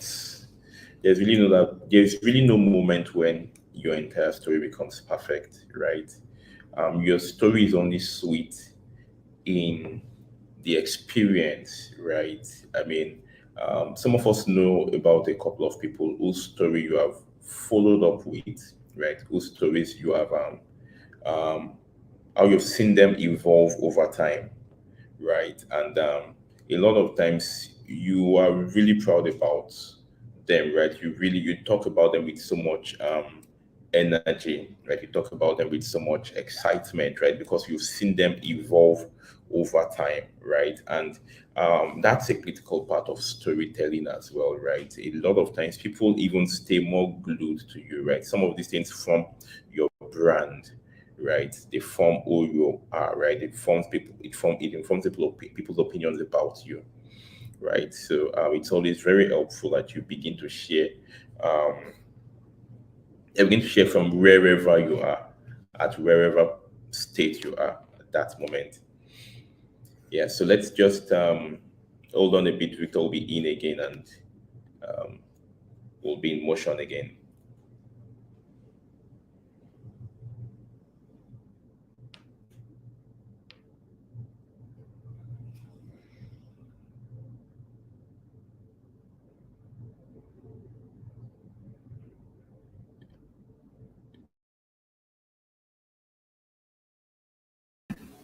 Hey, what's going on, guys?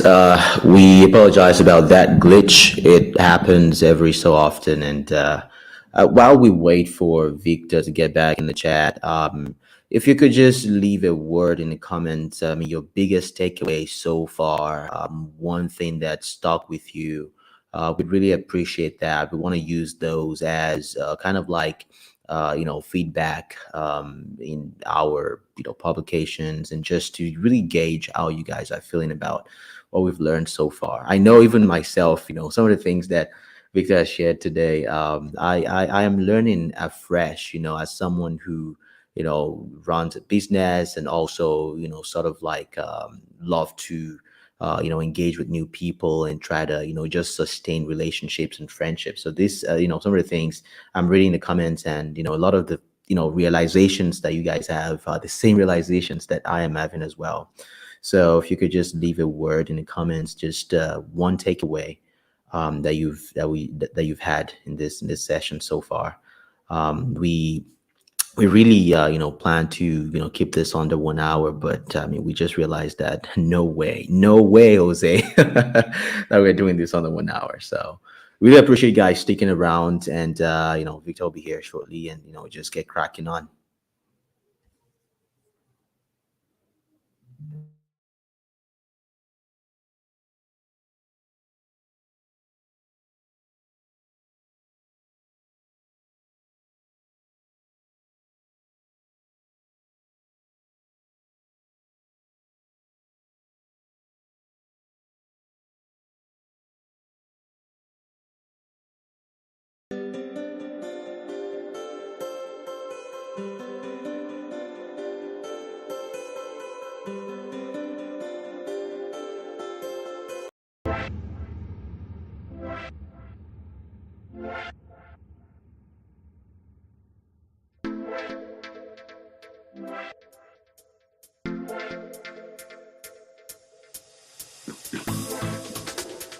Yeah, welcome back, Victor. Well, can you hear me? Yes, yes, loud and clear. You're very loud and clear. Yeah, welcome back. Okay. Okay, that's great. That's great. I think at this point it's more than Nigeria. So that is and that is I can't explain. Okay, but yeah, thanks. I mean, it makes a good break for us to reflect on our learning so far. Let me just get the slide back to where we were. You can be accountable to yourself. What you call your stories academy. Yes, yeah. I think that one of the difficult parts for us when we're thinking about storytelling is we're trying to answer the question of what is my story, like what is my core story. You would need professional brand strategists to be able to give you a definitive answer to that. You don't need that definitive answer for a start, right? You just need to get started and to tell the stories right ahead, to share the very immediate things you're feeling. Um, yes, say no to perfection. Section has been so detailed, the notes are maintains. Good, good, good. Okay, we're almost back. Just finding the slide back to where we were. And then I mean, that makes a good recap for you.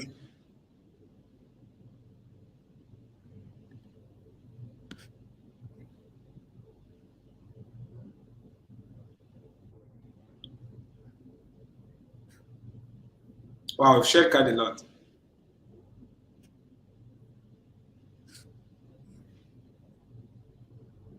The biggest takeaway is giving what you don't have. Yes, very important.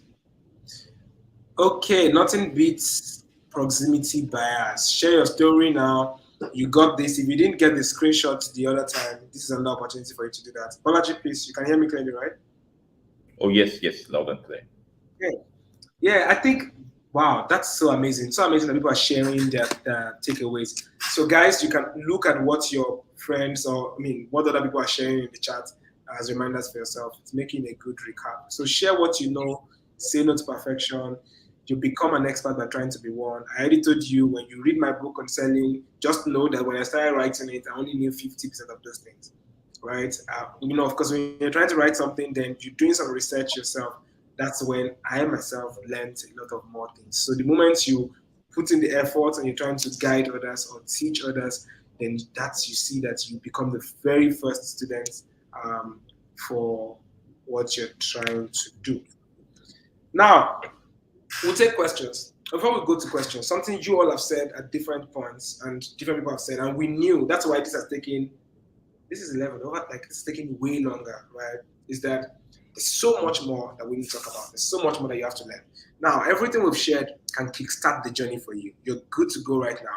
If you listened very well and you took notes, you can think about how this applies to your life. You can read more books. You are good to go. Take it one step at a time. Apply these things to your reality, and you begin to connect the dots, and you can do a lot more. Now, depending on where you are and your goals and what you're trying to do, many of us have different needs. And many of us have expressed it to me in chats. People have asked even in chats, how do we get continuity to this? Can I be a part of your circle?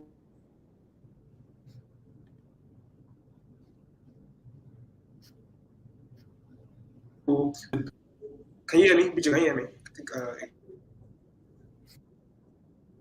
Yes, you're back. Can you hear me?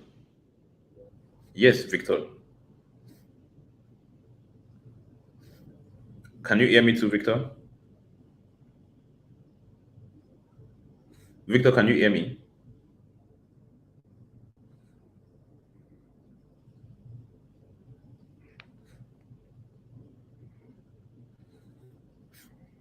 Victor, can you hear me? Yes. How about now? Can you hear me as well? Yes, loud and clear. It's clear now. You can. Okay. So depending on your level of need, so we Pro10x is designed at different levels. What you just experienced is the first level of us having a top level conversation about everything. Now we're creating there's two other parts. Again, I like the word PATHS because it just makes sense, right? Journeys, lines to what you're trying to achieve. So first is a Pro 10x membership. So if you've been a part of the Telegram group, you've seen what we've tried to do. But moving forward, we're trying to make it more structured. So it will be a virtual community where you gain weekly insights, resources, and answers from Victor and Bolaji. it's Pro10x membership. This is a call. You've heard so much, but you see we're struggling, right, to pack all of this because there's a lot of specific stories we could be sharing along the lines of what we've said. So we're looking at Pro10x membership. We think it will be valuable for you. We'll do weekly live stream sessions. I'm thinking that each of the different parts that we've spoken about so far, we can expand on them and bring in specific stories. We're looking at daily article recommendations. We know that the internet has so much, but you can also be lost in the abundance of information. So we're carefully going to select for you and share recommendations for you to read and discuss. We're thinking about monthly book recommendations. We've read so many books that has helped us and helped at different levels. So we're looking to recommend to you what we are reading, right? Share with you what we're reading. Exclusive further conversation, further discussion on public posts. So what I want to do moving forward, you guys know I share a lot, but I want to have robust conversations on what I share that I can't have there. So there's a limit to how much conversations back and forth I can have on Twitter or LinkedIn.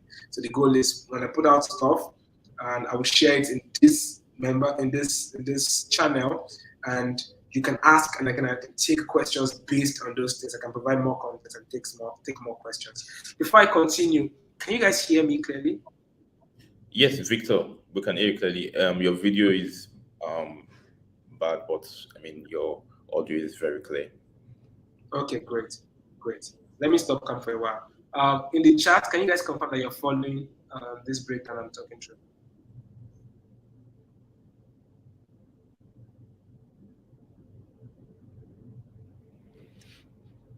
Come again, Victor. I'm asking people to confirm in chat that they're following me. Oh yes, please do. Okay,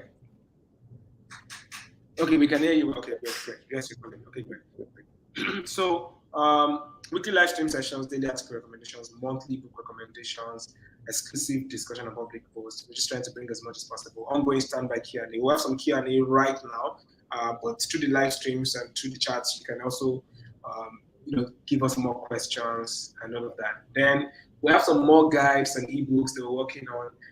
We're going to be making a guide out of today's talk. So everything that we've shared so far, we're going to add some more context in written form to it and share with you. There's a lot more products that we're looking to create. We're just really the simple mission is just distilling.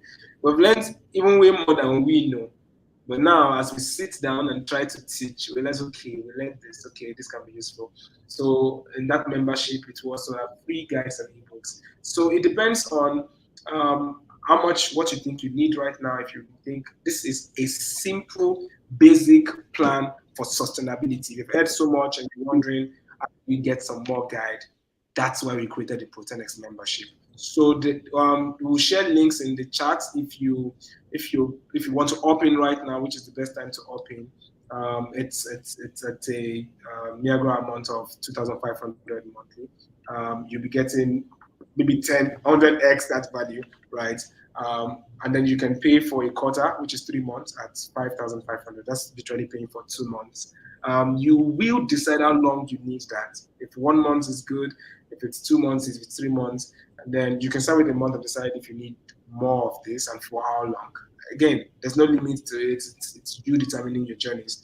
But at least for the very first month, we will be able to take this presentation further and just take further. I will take immediate questions, but there's not much stories we could have shared. There's a lot more things we could have said. Weekly live stream sessions will give you an opportunity to pour out all of these things to you. You will be able to ask questions, get specific answers. You can give us details. I have this client, or this is what happened, blah, blah. We can answer. And by answering you, your answers can be also useful for other people who are just listening, who have not asked that question. When other people bring their own stories and ask, and you see the answer to them, it might be something that has not yet happened to you, but that might happen to you. So it's a paid membership community. The links in the chat is how you proceed with that. So this answers the question. Of how do I sustain this? Someone asked about joining your community. So I'm speaking about two different paths to sustaining what you're learning right now, and I've just spoken about the very first and the main one. We think that this is going to create great access for continuity, great access for guidance, great access for further thoughts and insights. Balaji and I are committed to showing up weekly, showing up daily to guide you. Like I said, it's a $10 million dent we're trying to make on Nigerian creative space. How much of that is going to come from you? I mean, where are you at the moment? I did a video about X. 10X would mean different things to different people. How fast can you move from where your current X is?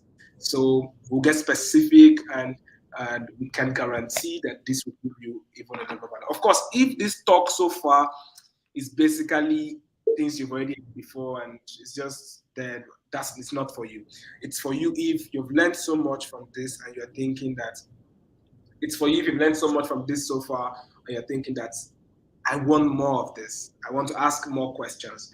Then yeah, please get your questions ready. I've typed that in the chat. Get your questions ready right now. But yeah, check the link.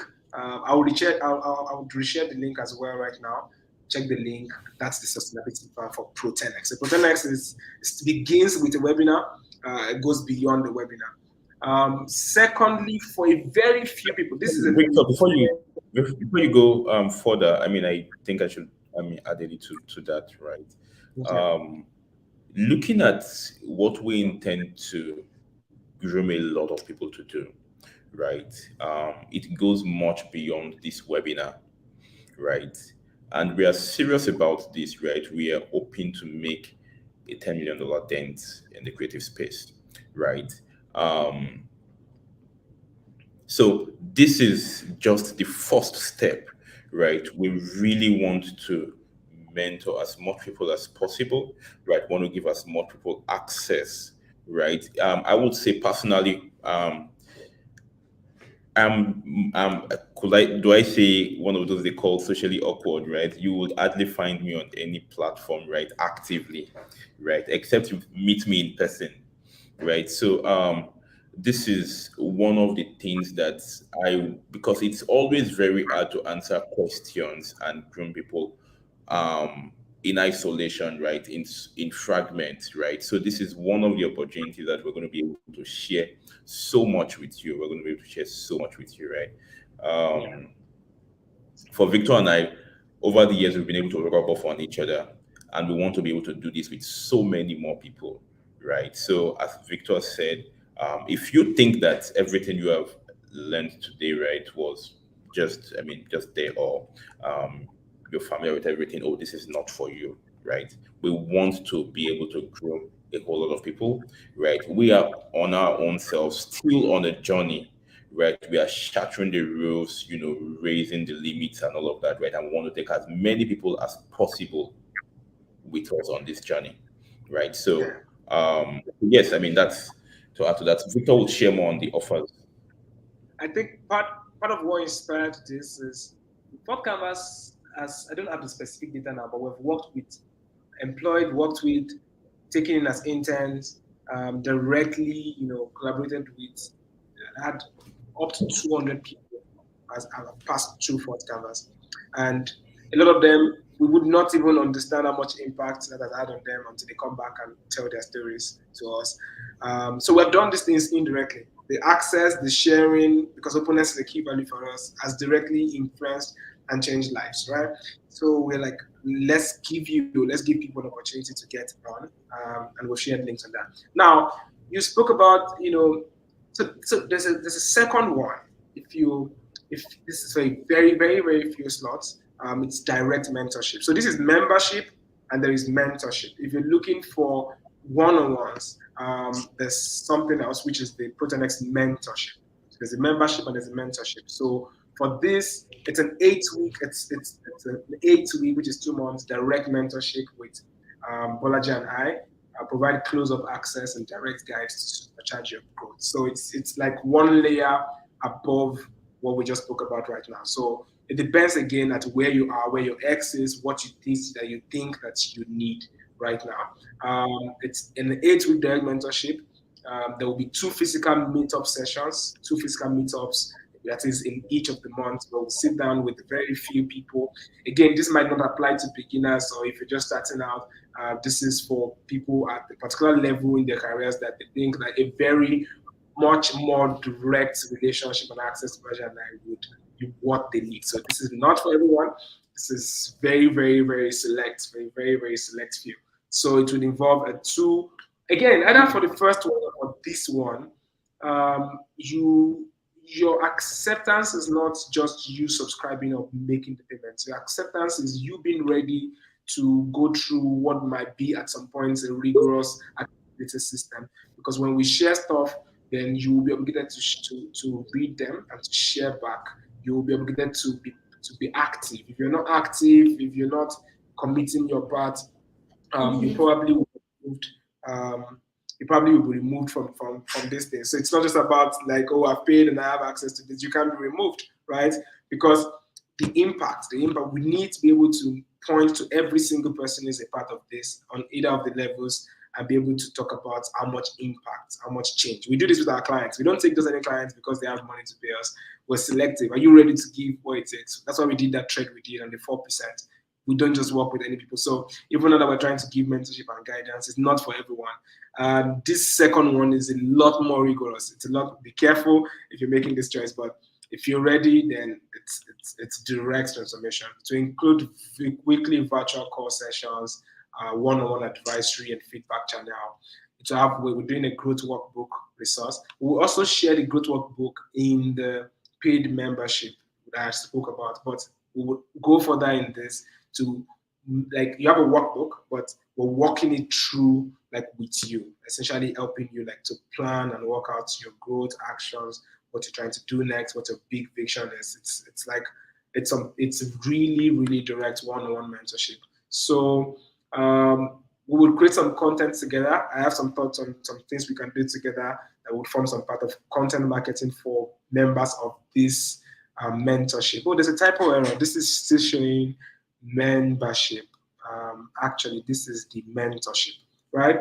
We'll bring in guest speakers. So Kitor, David, and the names are off my head right now. But a lot of our top friends that we have learned from, who are expert across different fields, we'll be bringing them in. They will have conversations with this small group of people as well. We'll see if we can do a bit of that even on the big group as well. But yes, that's a major proposition here. We'll have monthly book recommendations, the same thing we had in the main group, but we'll also be able to review them. We'll have direct reviews of them. So exclusive peeps into select conversations and deals at Fort Canvas. We can't do that with everyone. That's why I said this is not for everyone. It might not be for you at the start, but we'll carry them along and give them some insights, top level insights in some of the things we're doing at Fort Canvas as well. So, and they would have 12 months. Lastly, they will have 12 months free access to the Pro10x group. So it means that if you're paying for this, then you don't have to pay. You have about that's about 25,000 watts, no, about 10,000 watts of membership if you were there for a year. So if you sign up as a mentor, then you get like 30K worth of the Pro10x group. So that's why it's called free here, because it's already paid into this. So for the few people who can maximize this, is the link in the channel as well. This is 100K. It's for the 8 weeks. Naira, not dollars. Okay, please. Bolaji, can you share? Daniel, can you share the link to this in the chat as well? So when the value you will be getting is, it's, to put it mildly, like $1,000, right? Worth of value, but at way less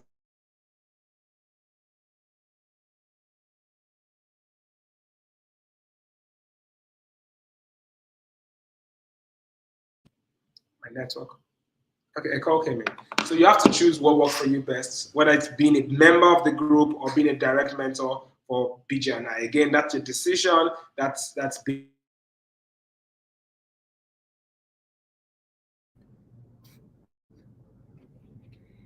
have been asked. These are answers to questions that have been, how do we take this from here? So now let's take your questions. You can ask questions about what we've talked about so far. Also, if you have questions about this membership and this mentorship that I've spoken about, let us know. So let's take questions and close this. Okay, the links are pinned to the top of the chat.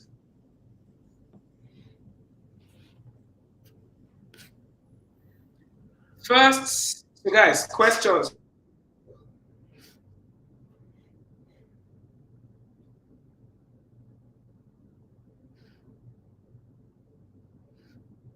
Do we have the time? Let's do this.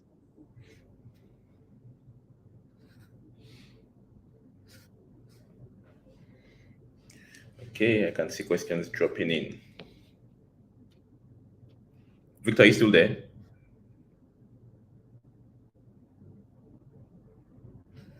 Okay, in building Fort Canvas, what's the most important risk you took and why? Okay, is it necessary to pick a niche in graphic design? If I do pick one, should I turn down or accept any other jobs and why? Okay. Victor, are you online? Yeah, I'm here. I'm back. I had to take a call urgently. Okay, so guys, I'm not in a hurry. I want to take all your questions. I want to try and take all your questions. To start with questions written back. So there's an email we sent out where we asked about where's the inbox here? We sent out some emails where we asked about if you had questions to ask us ahead, right? And we received some questions. I want to read from there. I can see really interesting questions already. In the chat, right? Yes. I see one that says, I've read advices that there are some clients, when dealing with them from the onset, you shouldn't disrespect, in quote, them with money talks. Okay, that's going to be an interesting. You can start by taking that one. Balaji, take that one. I want to find these questions. Okay. On the link. Okay. So I would say this, right? It depends on the level of clients that you are dealing with, right? So this is it. When a client comes to you, many of the time they have everything they want clear. Sometimes they don't also, right? Now, when those who do not have what they want clear, right, sometimes it comes with a lot of problem, right? Very clearly it comes with a lot of problem because things are not even defined, right? So in cases where they have it clear, so you come with all your needs clear, and you came with that upfront to tell me exactly what you need. But in this engagement, I am coming with the service. I'm coming to solve your problem, right? And I am asking for what I want, right? Or what this would incur for you, right? Now, I'll tell you this. It's always good, right, to have an idea of how much it would cost because this is going to be a long process, right? So I need to know early enough if this is something you can afford. If you're trying to reach Fort Canvas, quite early enough, you get to know what our price ranges are, right? You get to know what we work with and what we don't work with, right? So automatically you get to know whether you want to proceed with this or not. I don't want to waste your time as my client, right? And I'm hoping that you don't waste mine either. I don't want to have a long conversation with you and then find out that you cannot afford my service, right? Or that I am not the best fit for you, right? And price or cost or your fees, right, is an essential part of that. You get, so it is always good. It's not disrespect. Maybe the way you ask the question, right? But a lot of times it's always even important. I recommend that you ask, that you bring it up quite early in the conversation, right? And there was something Victor mentioned, right, which is there's something Victor mentioned, which is ask, right? Normalize it. Do you understand? They are coming to meet you as the professional, right? They want to know how you work. They want to understand your process. I don't just want to know your problem. I need you to know how I work as well, my fees and all of those things involved, right? So it's always extremely important. If any client ever tells you that that is disrespectful, right? To a large extent, you need to confirm whether this is going to be a waste of time or not, right? That's in fact an extremely important thing for you to find out before you move on with that entire process, right? And one other thing is you need to be confident about your processes, right? Whatever processes you have defined. A lot of clients, you work with clients and they begin to tell you that these are our policies, right? Clients need to know that you also have your own policies, right? To not work with you until you have met some particular criteria. You also shouldn't work with them until they have met some particular criteria. It's a partnership. Do you understand? So these are very, very important things that you need to note, right? These are important things you need to note. Yeah. Okay, great, great. So we're going to try. I want to try and see if we can get other questions. What we just said is extremely important. I need to find the balance, but yeah, try to make space that earlier on.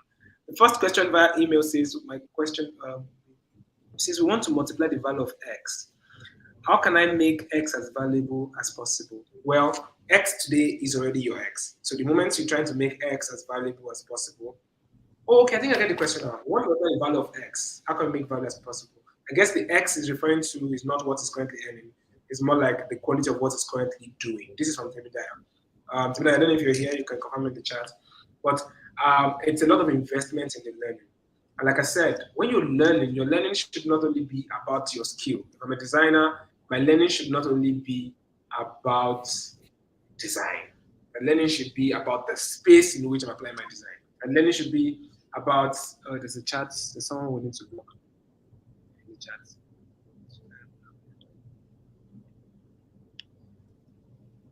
Right? I need to learn about the space. I need to learn about the space. I need to learn about collaborators. I need to learn about partners. I need to see how different things plug in. I need to see how different things plug into my work. So improving the value of the X is learning more about it, learning about its application, learning about what comes before and what comes after it.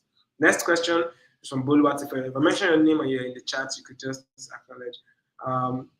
It's been so nice. Here goes my question. People say I'm a good designer and I should be charging more, but then the clients approach me and they able to afford me. So I end up not working with them. Now the clients don't really approach me anymore. I don't know where I got this wrong. Okay, so if you're asking for more and you believe you deserve more, and all the clients around you ask you and your pricing chases them away and nobody's asking again, it's two things. First, the second one is that you should make efforts to change your current client circle. You should make effort to connect with new people. You might even change your location. You're not taking your location physically or find a way to act out virtually, but you want to put yourself in a new space of people who never heard about you before. Sometimes it's really difficult for you to rise up with the same people. So if you were charging X before and you want to start charging 5X, it doesn't matter if they can afford the 5X. Sometimes it's just difficult for them to see why they should pay the same as you 5X. So a lot of going up is also trying to find new networks. Like I said, give what you don't have. Give what you don't have to connect with new people. So you want to create a new circle of new people. That's what you want to do. But also could be about how you are framing what you're selling. When you spoke about how you're framing what you're selling, how are you describing what you're selling?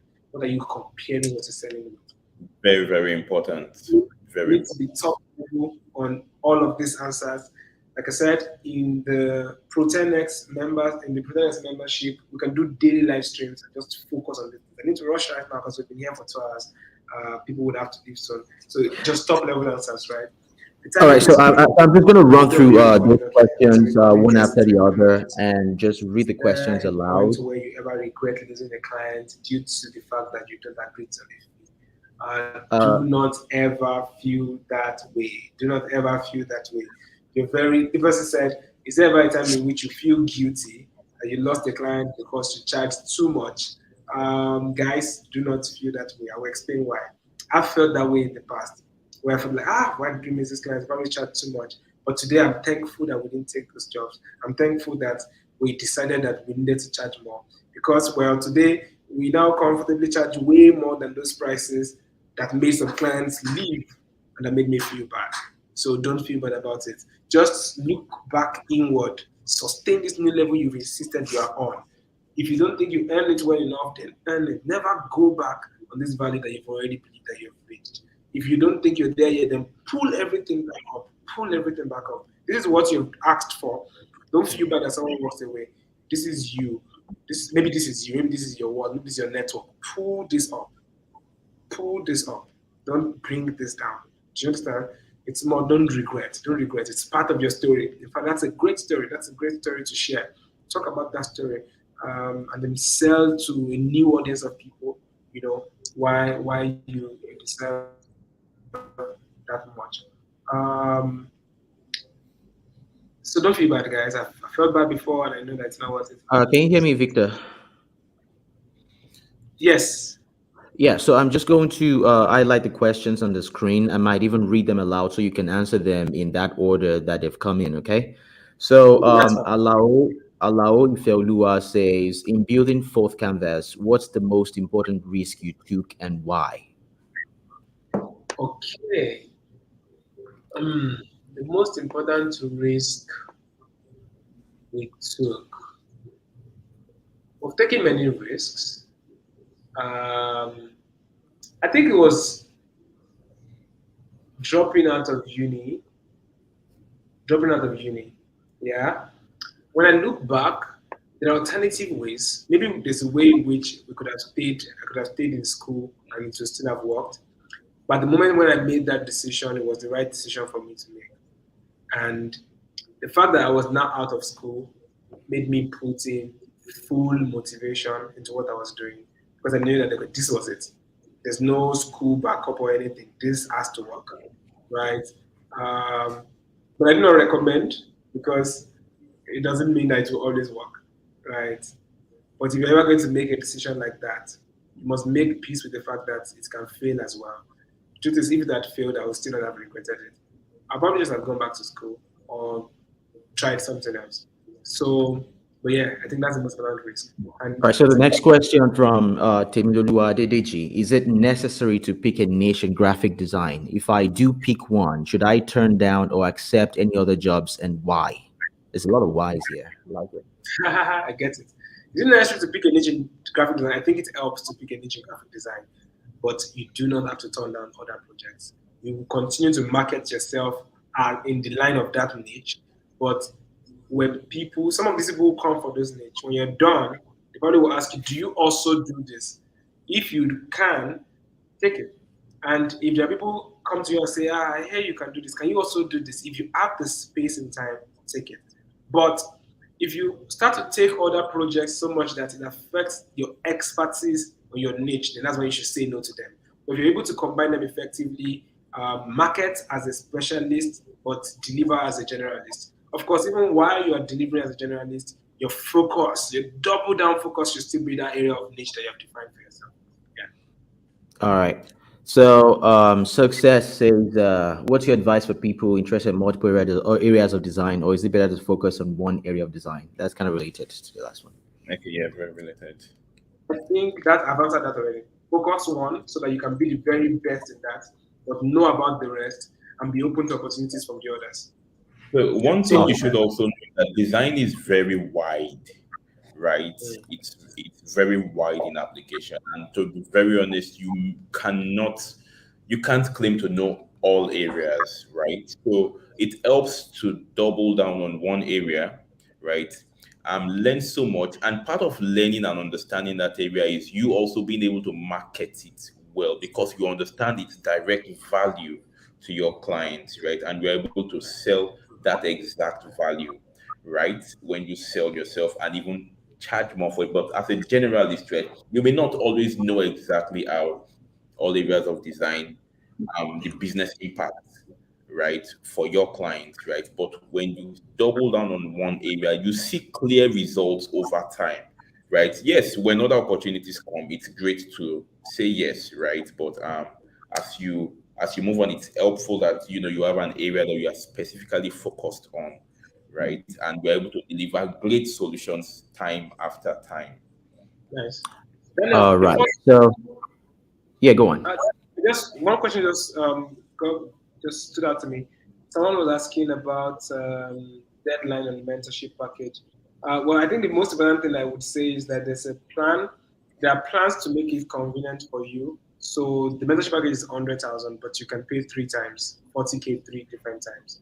That means you pay a little more in the long term, but it just helps you get in faster as well. I don't know if you have a link for that already defined, but you can just drop a Daniel. What how do we deal with that if someone is trying to take that? For the mentorship, you mean? Yes, if someone is taking the payment plan. Yeah, we have a payment plan, a three a three payment option of 40K each. So instead of paying 100K one time, you can pay 40,000 3 times. So that's just to make it easier for you to sort You out have the shared a finance. link in that already, right? That's what I'm confirming. Yes, we've shared a link, but in that link, we don't have the payment options in there because we didn't have that logistics set up yet. So you can reach out to I'll put the email here. You can either probably email Victor, BJ, or myself, or just send an email, DM, whatever. But I'll leave an email here if you're trying to have more questions about the memberships and the payment options and things like that. But for the memberships, you can just go through the the payment page, and if you're having problems with your card or anything like that, we can provide an account number for you to pay directly into as well. So basically, just speak to us if you really want this, and it's just some challenges you really want in this what matters. We can always discuss how to make it more comfortable, how to fix whatever challenges in your way. If you need it and you want it, speak to us. Yeah, Daniel, you Yeah, ready? so let's crack on. Let's crack on with the questions. Oluwadu Singh Ajibulu, at which point do I talk about price with client? Is it in the first meeting or after a discovery section? Okay, beautiful question. You should give a hint about it in the very first meeting. You should give a range in the first meeting. Okay. You should start by asking them how much they are even looking to invest. If they don't have a specific answer for you, you should give them some ranges and confirm that it's just a case of like, looking at. Yeah, go ahead.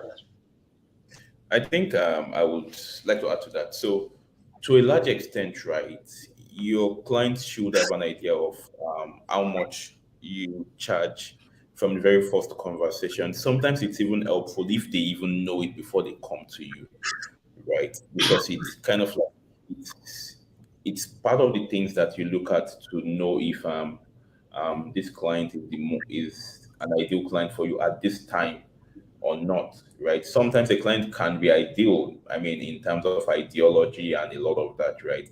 But at the stage they are just not a fit for the kind of work you're doing at that moment, right? So let them know at the very first conversation. And sometimes if they can know even before the first conversation, it's always very helpful as well. It saves you a lot. I mean, as you begin to do a lot more work, a lot more valuable projects, right? You would have lesser time for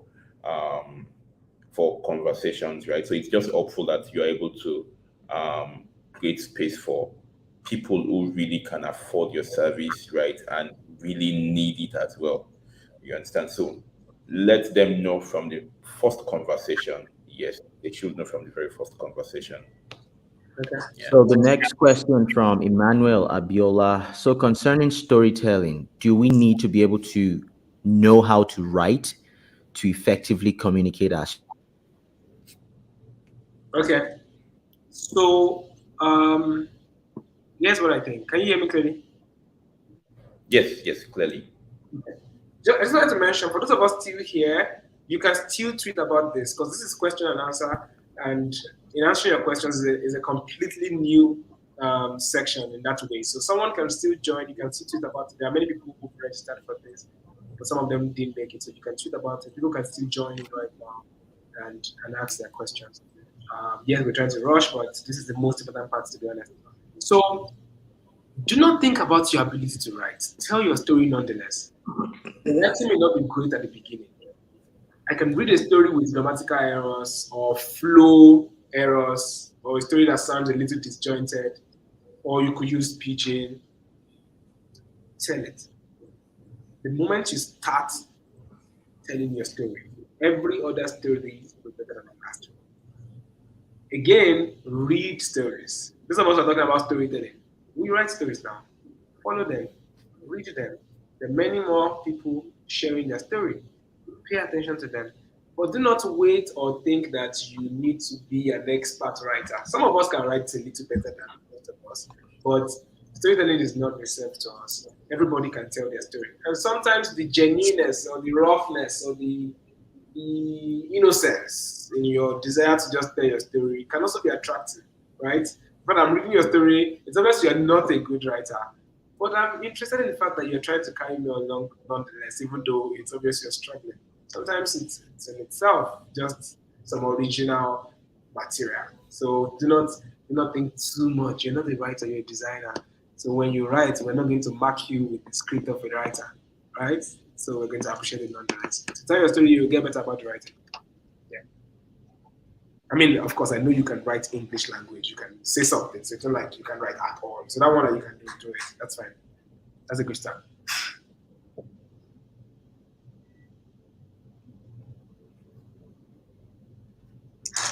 Okay, next question.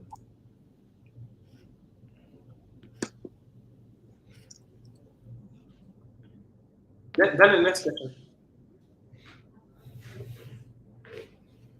One is commenting on Daniel's speaking ability. Daniel's person is what we're looking up to now. Oh, I think Daniel has a bad network. You're not alone. You also think so, God's love. Somebody asked a question about setting up structures. There are way more When questions. Yeah, so I'm just going through them. Okay, so let's get back to. All right. So, okay, the next question would be from Francis. It says, when you were talking about self-development, you made mention of setting up structures. Can you please shed more light on that? So, Francis, I think BJ has, did a very good job talking about structures and how to put them all in place. So I think it's just going to talk about a little bit, but you can go back into, this live session after and watch that part just to get a broader knowledge of, setting up structures and the whole thing that BJ talked about. But BJ, if you want to add something to that, you can go ahead.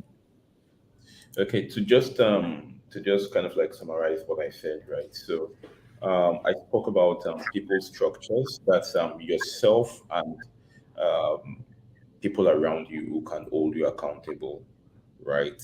So you need to write down, right? You need to speak about your goals, right? You need to speak about the things you want to do and the things you want to achieve, right? It could be short term, it could be a bit long term, right? But those they hold you accountable, right?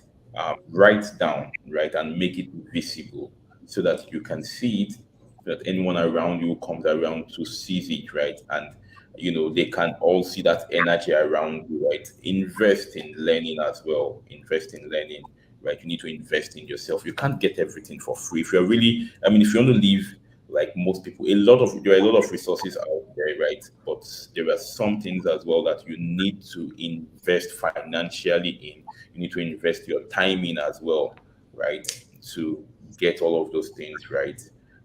And then also design routines for yourself. It's very, very important, right? A lot of people who are really going places, right? You really can't live your life on vibes, right? You sometimes need to design structures that you can hold yourself accountable to. So, like, I mean, that's just a few, right? There's quite a lot more, right? But I mean, you can always start with those. You can always start with those. Yeah. Nice. Okay. Next question.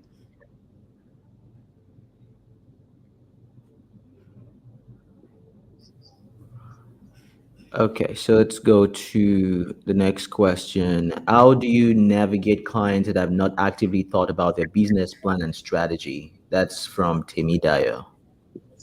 Okay, two things. You can upsell, helping them to figure that out if you have the capacity.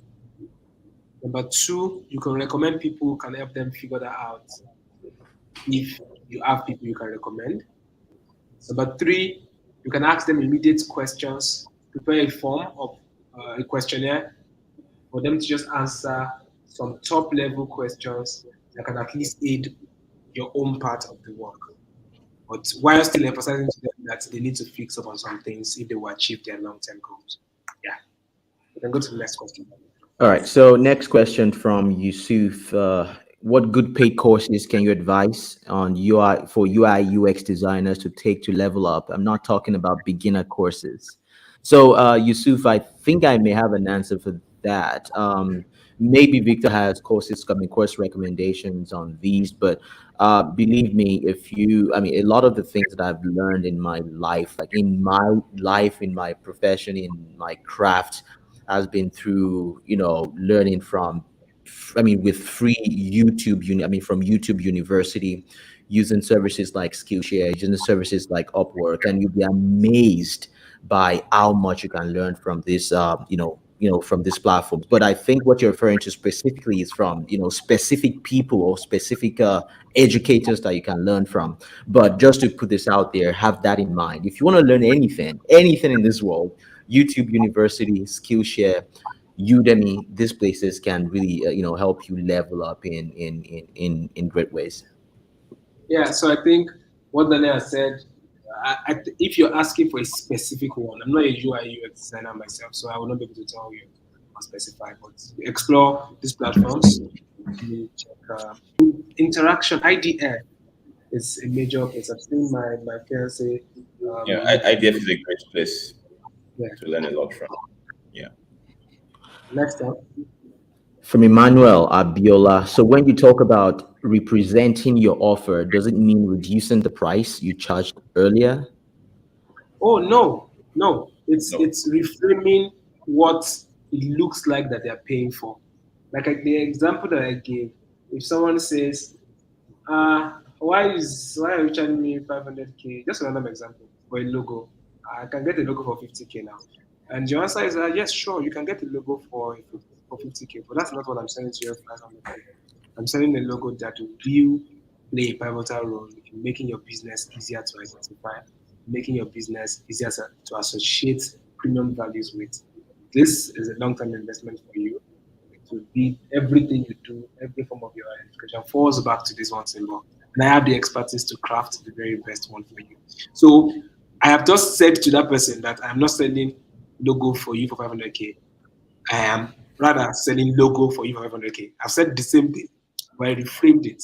I connected the same thing that I'm selling to them with a new perspective. Yeah. Awesome. So next question will be from Adigboye Gayomide. How do you navigate clients that keep asking for changes over and over? Good question. If you have that problem, at the two answers. First is a process answer.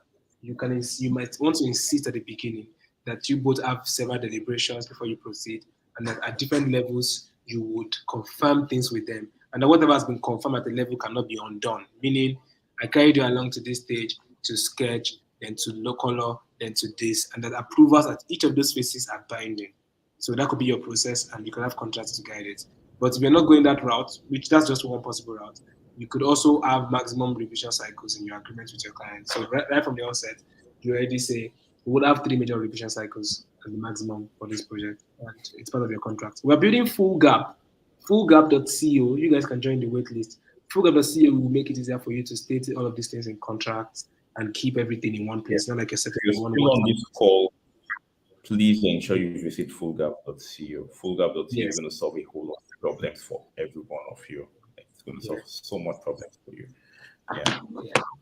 Next question from God's Love. Where did you start to get clients and how were you able to get them? Because to build your portfolio of credence, to build your portfolio or credence, you'd also need proof and probably testimonials. Okay, good. Simple story. Now it was CorelDRAW. Now I had CorelDRAW. I've also watched some things online. I think I'm a designer. Then I designed for my friend. I designed for an idea that I had for an event planner. Then I designed for a friend. Then I designed for our hostel. Then I designed for our departments in school. Then I designed for some students' business. And then for some guy who paid 1K and that guy paid 500 and many who didn't pay anything. I was looking around me and just designing in church. Did I design in church? I can't recall. Just creating free stuff, almost free stuff. And those things, I printed them on an A4. This is me talking from day one story, because that's the best way to answer your question. I'm going to try and be fast. And I print some of those things after a few months on an A4 when I met one guy who looked like some guy representing our university, some international stuff. So I felt like this is an high value guy of some sort. Then I showed him what I'd done. I'm a designer. These are some of the logos I've designed. Cool. My friends and I are starting a tech company.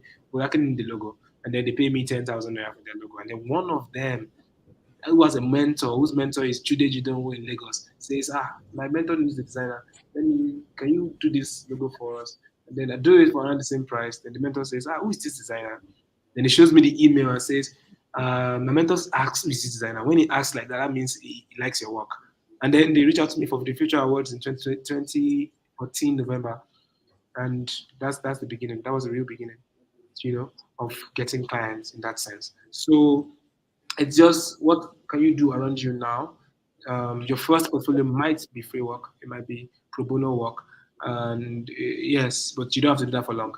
Just do your very best at those works, at that 1-2 work, and then use those works.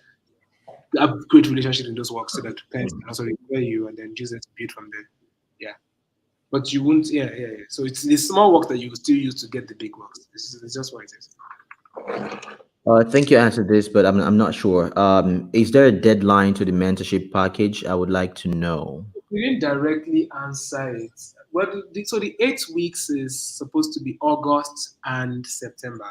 So I guess the deadline is this month. Yeah. But what I said in answer to this question was rather using a payment plan. Yeah. Right. So from Emmanuel Abiola again, okay. Let's go to, how do we deal with clients who come up with stories when it's time to pay the remaining percentage of the work? Well, first, you can't change people from being, I don't want to use the word I want to use now because it's a recorded session. But you can't change people from being the word that starts with AS and ends with O's.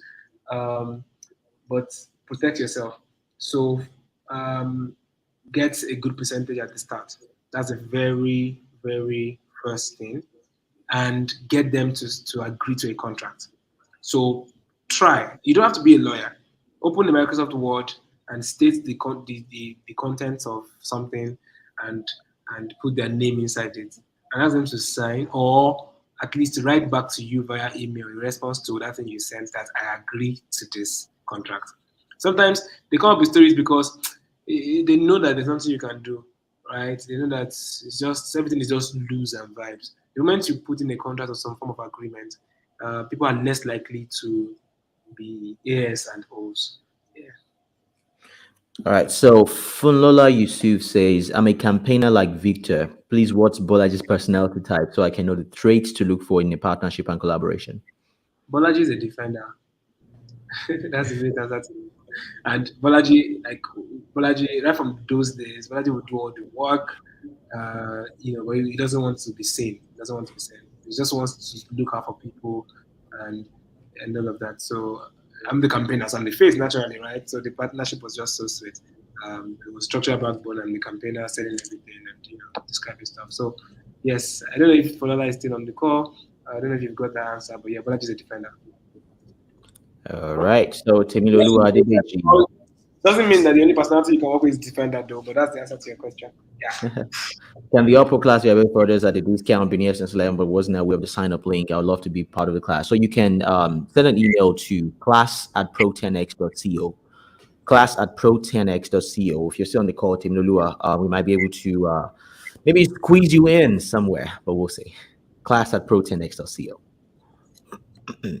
All right. So about the Upwork bonus class. Yes, the bonus package. We had 50 people and we unpublished, but someone is I actually see him being here, as one of the very first to be on the chat, but somehow he didn't get in, so I'm not sure how to navigate that. Let's see, what questions do we have here? What social platforms would be best when looking to get clients? Can you answer that? Anyone? LinkedIn and Twitter. Actually, I mean Twitter and LinkedIn. That's from my personal experience. But LinkedIn is very powerful. It looks boring, but try to be consistent there. This is an advice I have to take myself. Twitter is just very natural for me, but Twitter is great. Twitter is really great because Twitter is where everybody, CEO, VP, anything, everybody's just an handle in that sense. Everybody comes down to that level. Everybody is just like very easy, accessible. Add them, engage them, DM them, they probably respond. Twitter is really just like a very, it's just a place where everybody almost just feels equal and nobody's feeling like, it's just a gist center in that sense. Twitter is good. Twitter is really good. I tell you from experience. Yeah, so this is a very funny one. So you talked about, I mean, where is that one? Okay, so this one right here about storytelling. There's some limits to what you want to put out about your story, right? Okay, good question. Yes, there is. By the way, there's an introverted question about introverts. Maybe that will come next, right? I'm Yeah. interested in that. But limits to what you want to put out there. Yes, there are. It's your choice. It's your choice to then decide what you want to put out there. Just give us some detail. Give us some detail. Give us some tension.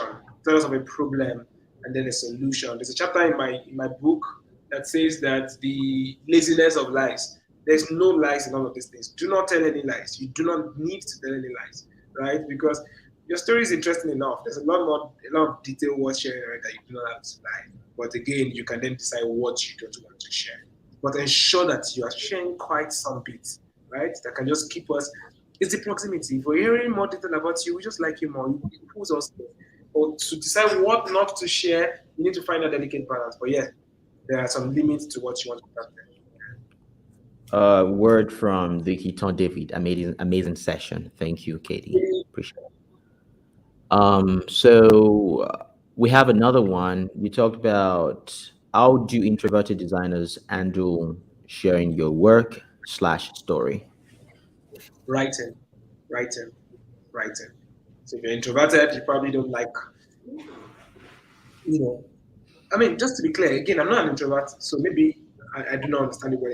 The last time I heard this question, all I said was I thought the person meant that they struggle with networking and social outings because they're an introvert.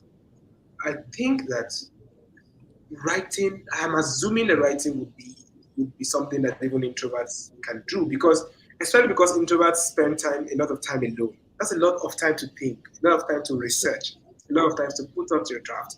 Maybe your own writing, there's two types of writing, guys. There's two types of content marketing.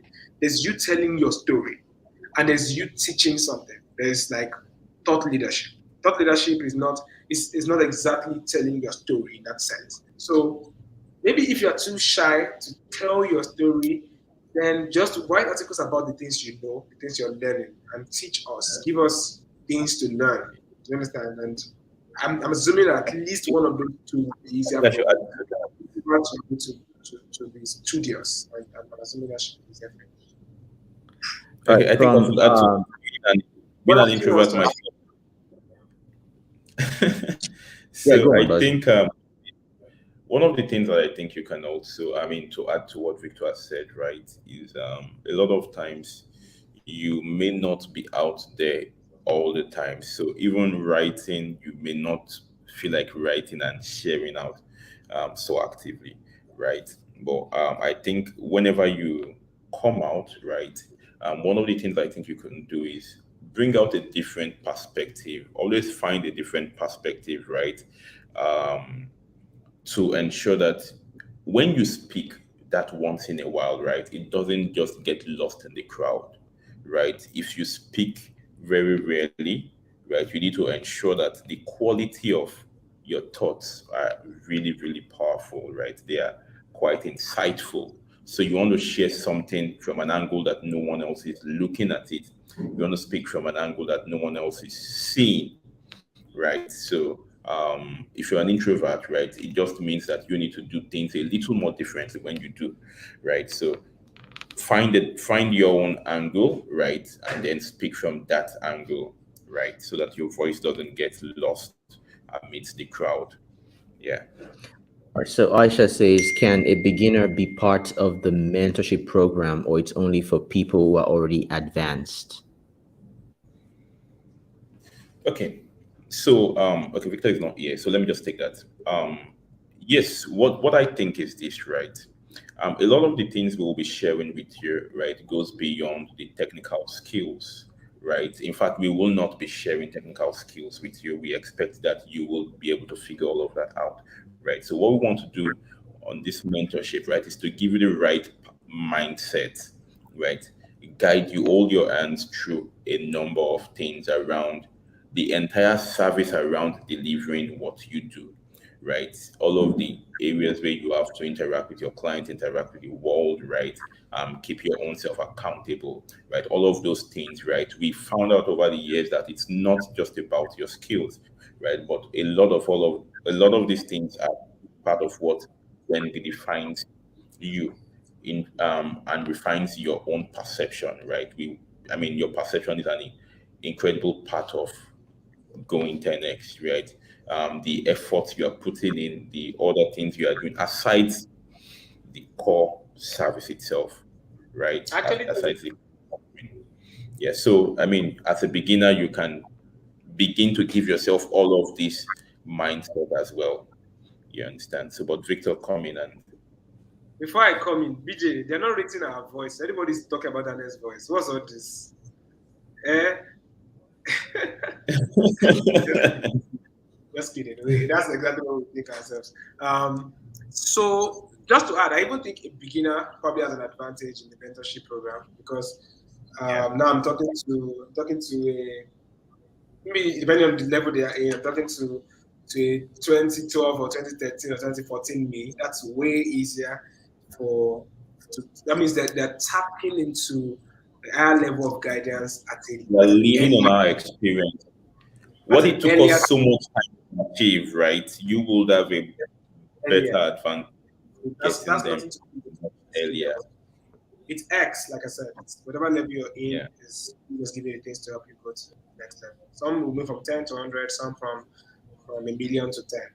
So From God's will, Kalu. And also, are you familiar with the term information overload? Going for this course, getting that book, being here, being there, but not being able to practice and execute them. great. Is Gospel Kalu still on this call? As I once I try to answer the question, I want to be sure that everyone is still here, like everyone was asked. Gospel, can you drop a chat, drop a message to come and yes, on the call? Please, once I'm taking, I'll go ahead and take his question. But once I'm taking your question, if you're here, please let me know. Just I want me to know that okay, the actual person that's asked is getting the answer, but other people you can benefit from other people's questions and answers, of course. Yes, time overload, information overload, yes. And it's why we created the mentorship program because mentorship then tries to guide you through it. Because you are out there, it's like dropping a teenager in the world's biggest library. Right there, this person has all the information they need to know to fly a plane, to lead America, to win a war, to make a nuclear bomb. Everything is there. But they will probably just start crying, to be honest. Or depending on the level they're in, right? Or they will pick a book and they pick the next book and they will be confused, right? So there's information overload. That's why mentorship, structured mentorship is important. We have a lot of indirect mentorships right now. People you just run to when you need them. We're like, okay, you know what? Let's get specific here. Let's have a structured model for mentorship. So we will carefully select the bits of what you're learning. At the beginning, we understand your goals and we can guide you from our own experience. So, you know what, start here. There's 1 million things on the internet, but start here. So, yes, there's information overload. It's difficult to practice and execute when there's so much and you're confused. Well, that's one of the ways in which we created the mentorship program as well. But even if you're not taking the mentorship program, just really try and develop a plan. Develop a plan. Not that you can't learn everything at a time. Develop a plan week by week. Where will I start from? Where will I go to next? Stuff like that. All right, so let's take this one. I started getting DMs from foreign clients for jobs for design jobs recently. So the issue is that we get to where I understand the old brief, but I don't seal the deal at the end of the conversation. Okay, you need to add why. What usually falls apart that makes you not seal the deal? Is it the pricing? Is it that they lose confidence in your process? I need to be able to answer your question. I need to get a little more specificity to your question. All right, so let's see. Trying to find the urgent questions. How do you approach working remotely and ensuring collaborations within the team, leading to effective delivery to clients?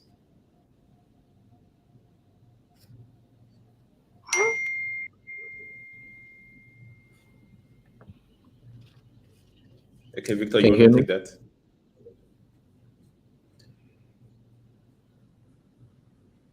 Are you there, Victor? Can you hear Daniel, are me? you speaking?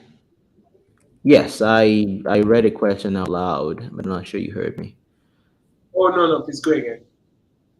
How do you approach working remotely and ensuring collaboration within the team, leading to effective delivery to clients? Well, the truth is, it's difficult. That's the first thing. If you can indeed get maybe once a month physical meeting, it helps. If you can't,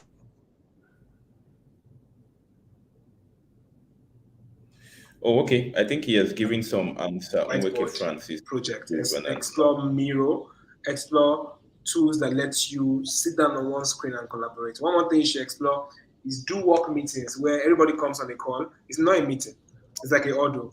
Everybody comes on a call, listening to each other. Like it's like, okay, guys, between 2 and 4, we're going to work on this. We're going to join a call. It's not a meeting. We're all working from our different places, but we're on that call so that we can imitate the idea of being in a room. It means I'm just doing it and I can just say, Tujafa. Or Tuju can say, Alamafa. See my screen. See this thing I came up with. Do you understand? So those are some ways in which you can imitate the physical work environment. But nothing. So next one, does the mentorship program have an expiry date in case I don't want to join now, so I will know how to schedule my time to join? Yeah, Daniel. Yes, I mean, the 8 week mentorship starts in August, so technically, it closes at the end of July. So, I mean, I would say about a week or maybe maximum of 2 weeks from the day that you're listening to this or that you're watching this. So, plan your time accordingly for to start the mentorship from the beginning of August and 8 weeks beyond that. Yeah, I think another part of the question, Daniel, can you hear me? Yeah. I think another part of his question is, I guess he's asking maybe he's not ready even this month or next month. To be honest, we don't know when we'll do this next. We don't know. We don't know when we'll do it next. But clearly, August and September is an 8 week period in which we would offer direct mentorship. It will take a lot from our time. We have work to do. We are leading different businesses, and there's a lot on our table. So I don't know when we'll do the next one. Sounds good. So just looking for some more questions. He Instagram, said it LinkedIn, could actually Twitter. work Okay. for you at any level you're in. If Oh, you are ready to commit to what you need for growth, if you're up to something, you think it's serious and you think you can do more, you think you can use some direct guidance, then it is for you. Um, and we can talk about to make it work for you. Awesome.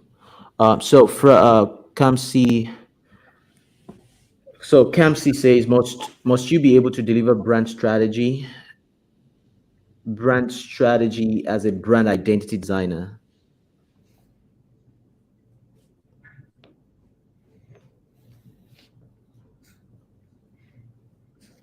Do you hear me? okay. Victor is not here. I can hear you. So I think Okay. I should just answer that very briefly. I mean, Victor might have been able to expatiate more on that, but let me just take that. Um, so, must you be able to deliver brand strategy? My answer is no. Brand strategy is quite an entire field on its own, right? Same as brand identity design, right? So I do not think that as a brand identity designer, you need to be able to deliver everything, right? But in a case where you think that a client needs it, you need to be able to recommend, right?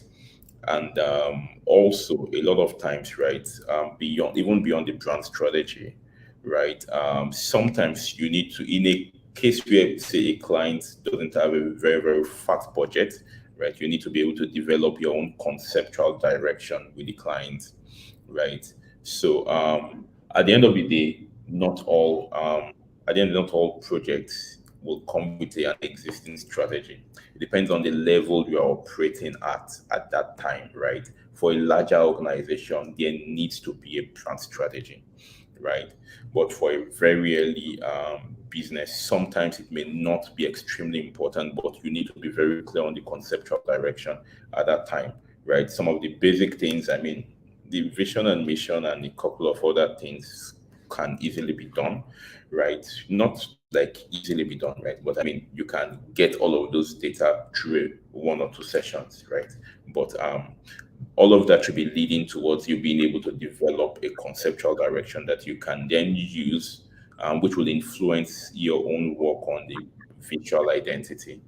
You understand? But must you be able to deliver a brand strategy as a brand identity? Then my answer is no. If it is a question of must, no. But if you can, it's an incredible added advantage for you. You understand? I think just to add, understand it well enough so that you can ask the right questions, even though you're not developing it full blown. Understand it well enough that if someone else has developed brand strategy, you can read it and interpret it and choose That's great. it. Understand it. You don't have to be like service policy, get it.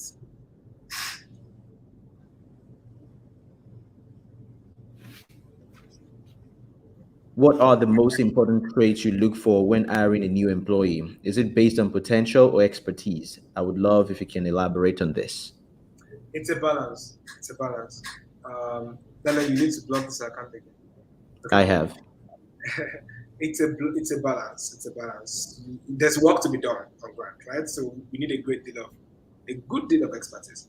But oftentimes we're not hiring. We don't hire so much on pressure, right? So we're like, oh, we need, so let's rush and hire. So a lot of times the potential matters greatly. What can you grow into become? A lot of times also when people are joining, they have leaders within that they can learn from. So they don't have to be there, but they need to have all the other traits. They need to have great growth mindset. They need to have an open mindset. They need to be teachable. They need to care about other people. They need to be purposeful. We need to see what they're doing with their lives, how much they're putting into their journey. There needs to be a lot that we're like, okay, this guy is going somewhere. We're very big on that. But of course, they should be able to do some good work already, but we don't try to hire ready-made experts per se. In that sense, that's not the first critical competence criteria. All right, so expanding on Nweke's question about not sealing the deal at the end. So now it's provided more context.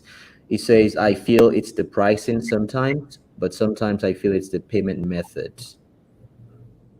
Pricing, payment methods. So you are suffering a Nigerian problem. Okay, just you can try to answer on pricing. Okay. So I think that first, again, you need to go back and apply some of the things you've learned here in terms of how you communicate the pricing. Also, you spoke about going way long down the process before realizing this, before it now falls down like that. You need to get, part of what I said earlier, you need to get some commitment. You need to be aware of the range of your pricing before you move way too far down the line in the engagement. So that can save you some emotional stress in terms of like things falling out right at the end. Yeah. All right, let's see what else we have here. So we have some thanks from God's Love. We have, let's see, I think we've answered most of those. What are the things? What are the things you There's a question from Rotimi. Yeah, you can highlight that if you can. On the area of advice, how do you tell which advice will work for you or ruin you? Okay, so I think I'll just start that. I know Victor would want to add to that. So yeah, it's great to ask for advice, right? But a lot of times you need to know where this advice is coming from, right? Sometimes people advise you not to do something because they had a bitter experience on it, right? It's always helpful if you can understand the context from which the advice is coming from. I think a friend of mine once said that when people give you advice, they are giving you their biography, or is it autobiography, whatever. right, in the advice they are sharing with you. So it's helpful to know where the advice is coming from. And then also no advice is you don't have to follow all advice, right? So look at it, right? Weigh the advice with your reality, right? And then find out if it actually works. You understand? When someone gives you an advice, right? Sometimes look at it more from the principle, right? In a lot of statements that we all share, right? There are core principles in all of these things. So look at it. So the person might have given the advice and then given an example. Do not do not lock yourself to the example the person gave, right? Think about the principles behind the advice the person has given, right? So that you can find other ways to apply the advice beyond that exact example that the person has given to you, right? So yeah, it's helpful for you to be able to discern, right? So yes, I mean, I hope that will help a bit. So Victor, do you want to add to that? Just to add, I think as you're listening to someone, um, there's a potential for every advice you hear to be wrong for you, even if it's been given by the wisest human being ever. There's the perspective. They're speaking from a point of view and it may be different from yours. The advice from their perspective is a sound advice and it makes sense, but it might not work for you. So the first thing when you're hearing someone speak advice, do not carry the quality of who they are to make their advice absolute. They can have your best interest in heart. They can be speaking so wisely, what they can say can make sense to 99 people out of 100, but you need to think about it thoroughly. Okay, this person, I know they have good intentions. I know from their perspective what they're saying makes sense. Let me just check. Does it make sense? There's something that I know or that I see that they may not know and they may not see. So be bold enough to go against advice when depending on the answers of those. But ensure check your own ego as well. Ensure that hope I'm not holding on to this thing I said I want to do this exact way because I've already said I want to do that way and I'm just attached. Hope I'm not doing it because I have been greatly influenced by some other people and I want to copy them. So it's a lot of like checking on both sides. All right. So, comfort. What does the bonus package of 50 persons entail? So, this is me just distilling my knowledge on how to land clients. I pay in international clients using Upwork as I've done in the past, and it's just an ebook with a series of video trainings. And I will be jumping in a live training session. I'll be getting all that detail to you in an email. So look out for that before the end of the day, and all of the details of that will be in the email as well. So if you signed up, you should be receiving that email. All right. So yeah, I think we've really got to all of the questions. And if you're still here, we want to say a really big thank you for sticking with us till the very end.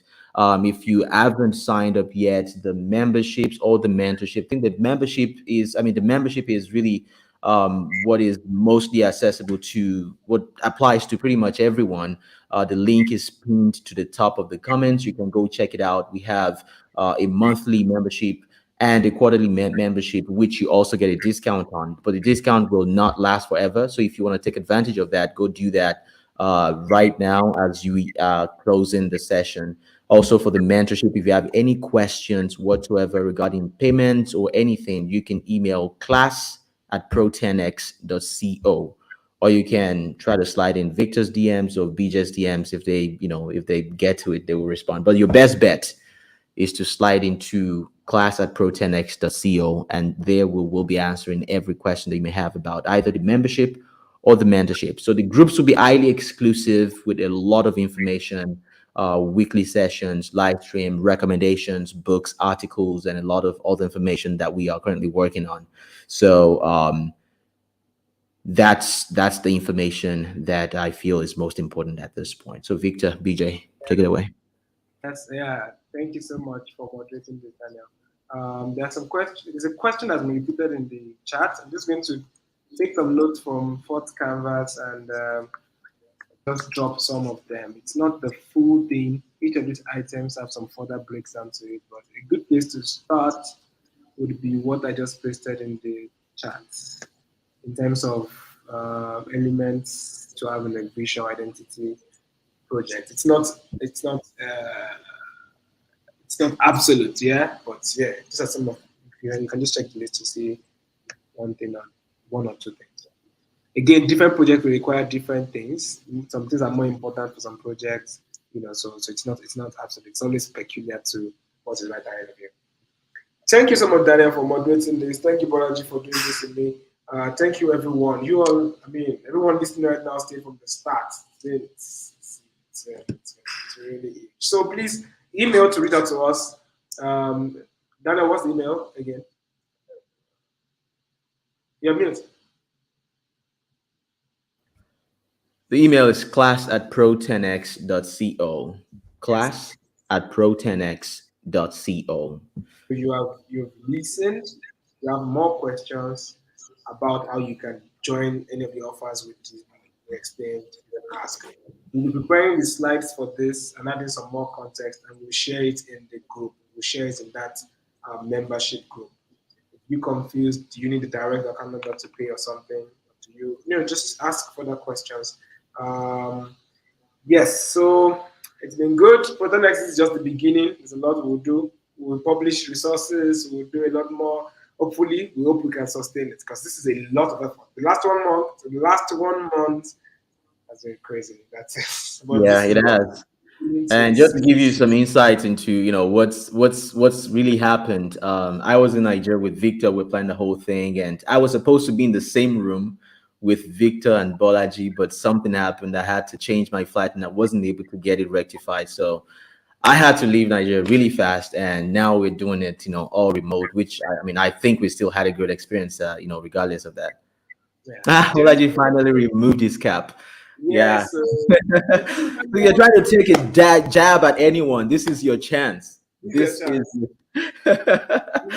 a jab.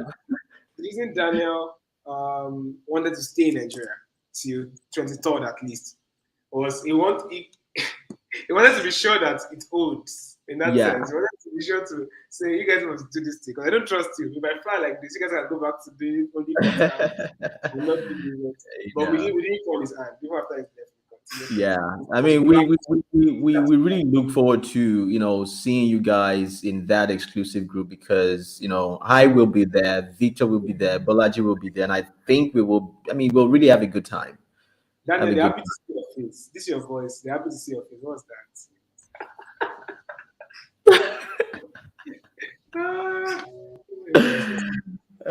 that?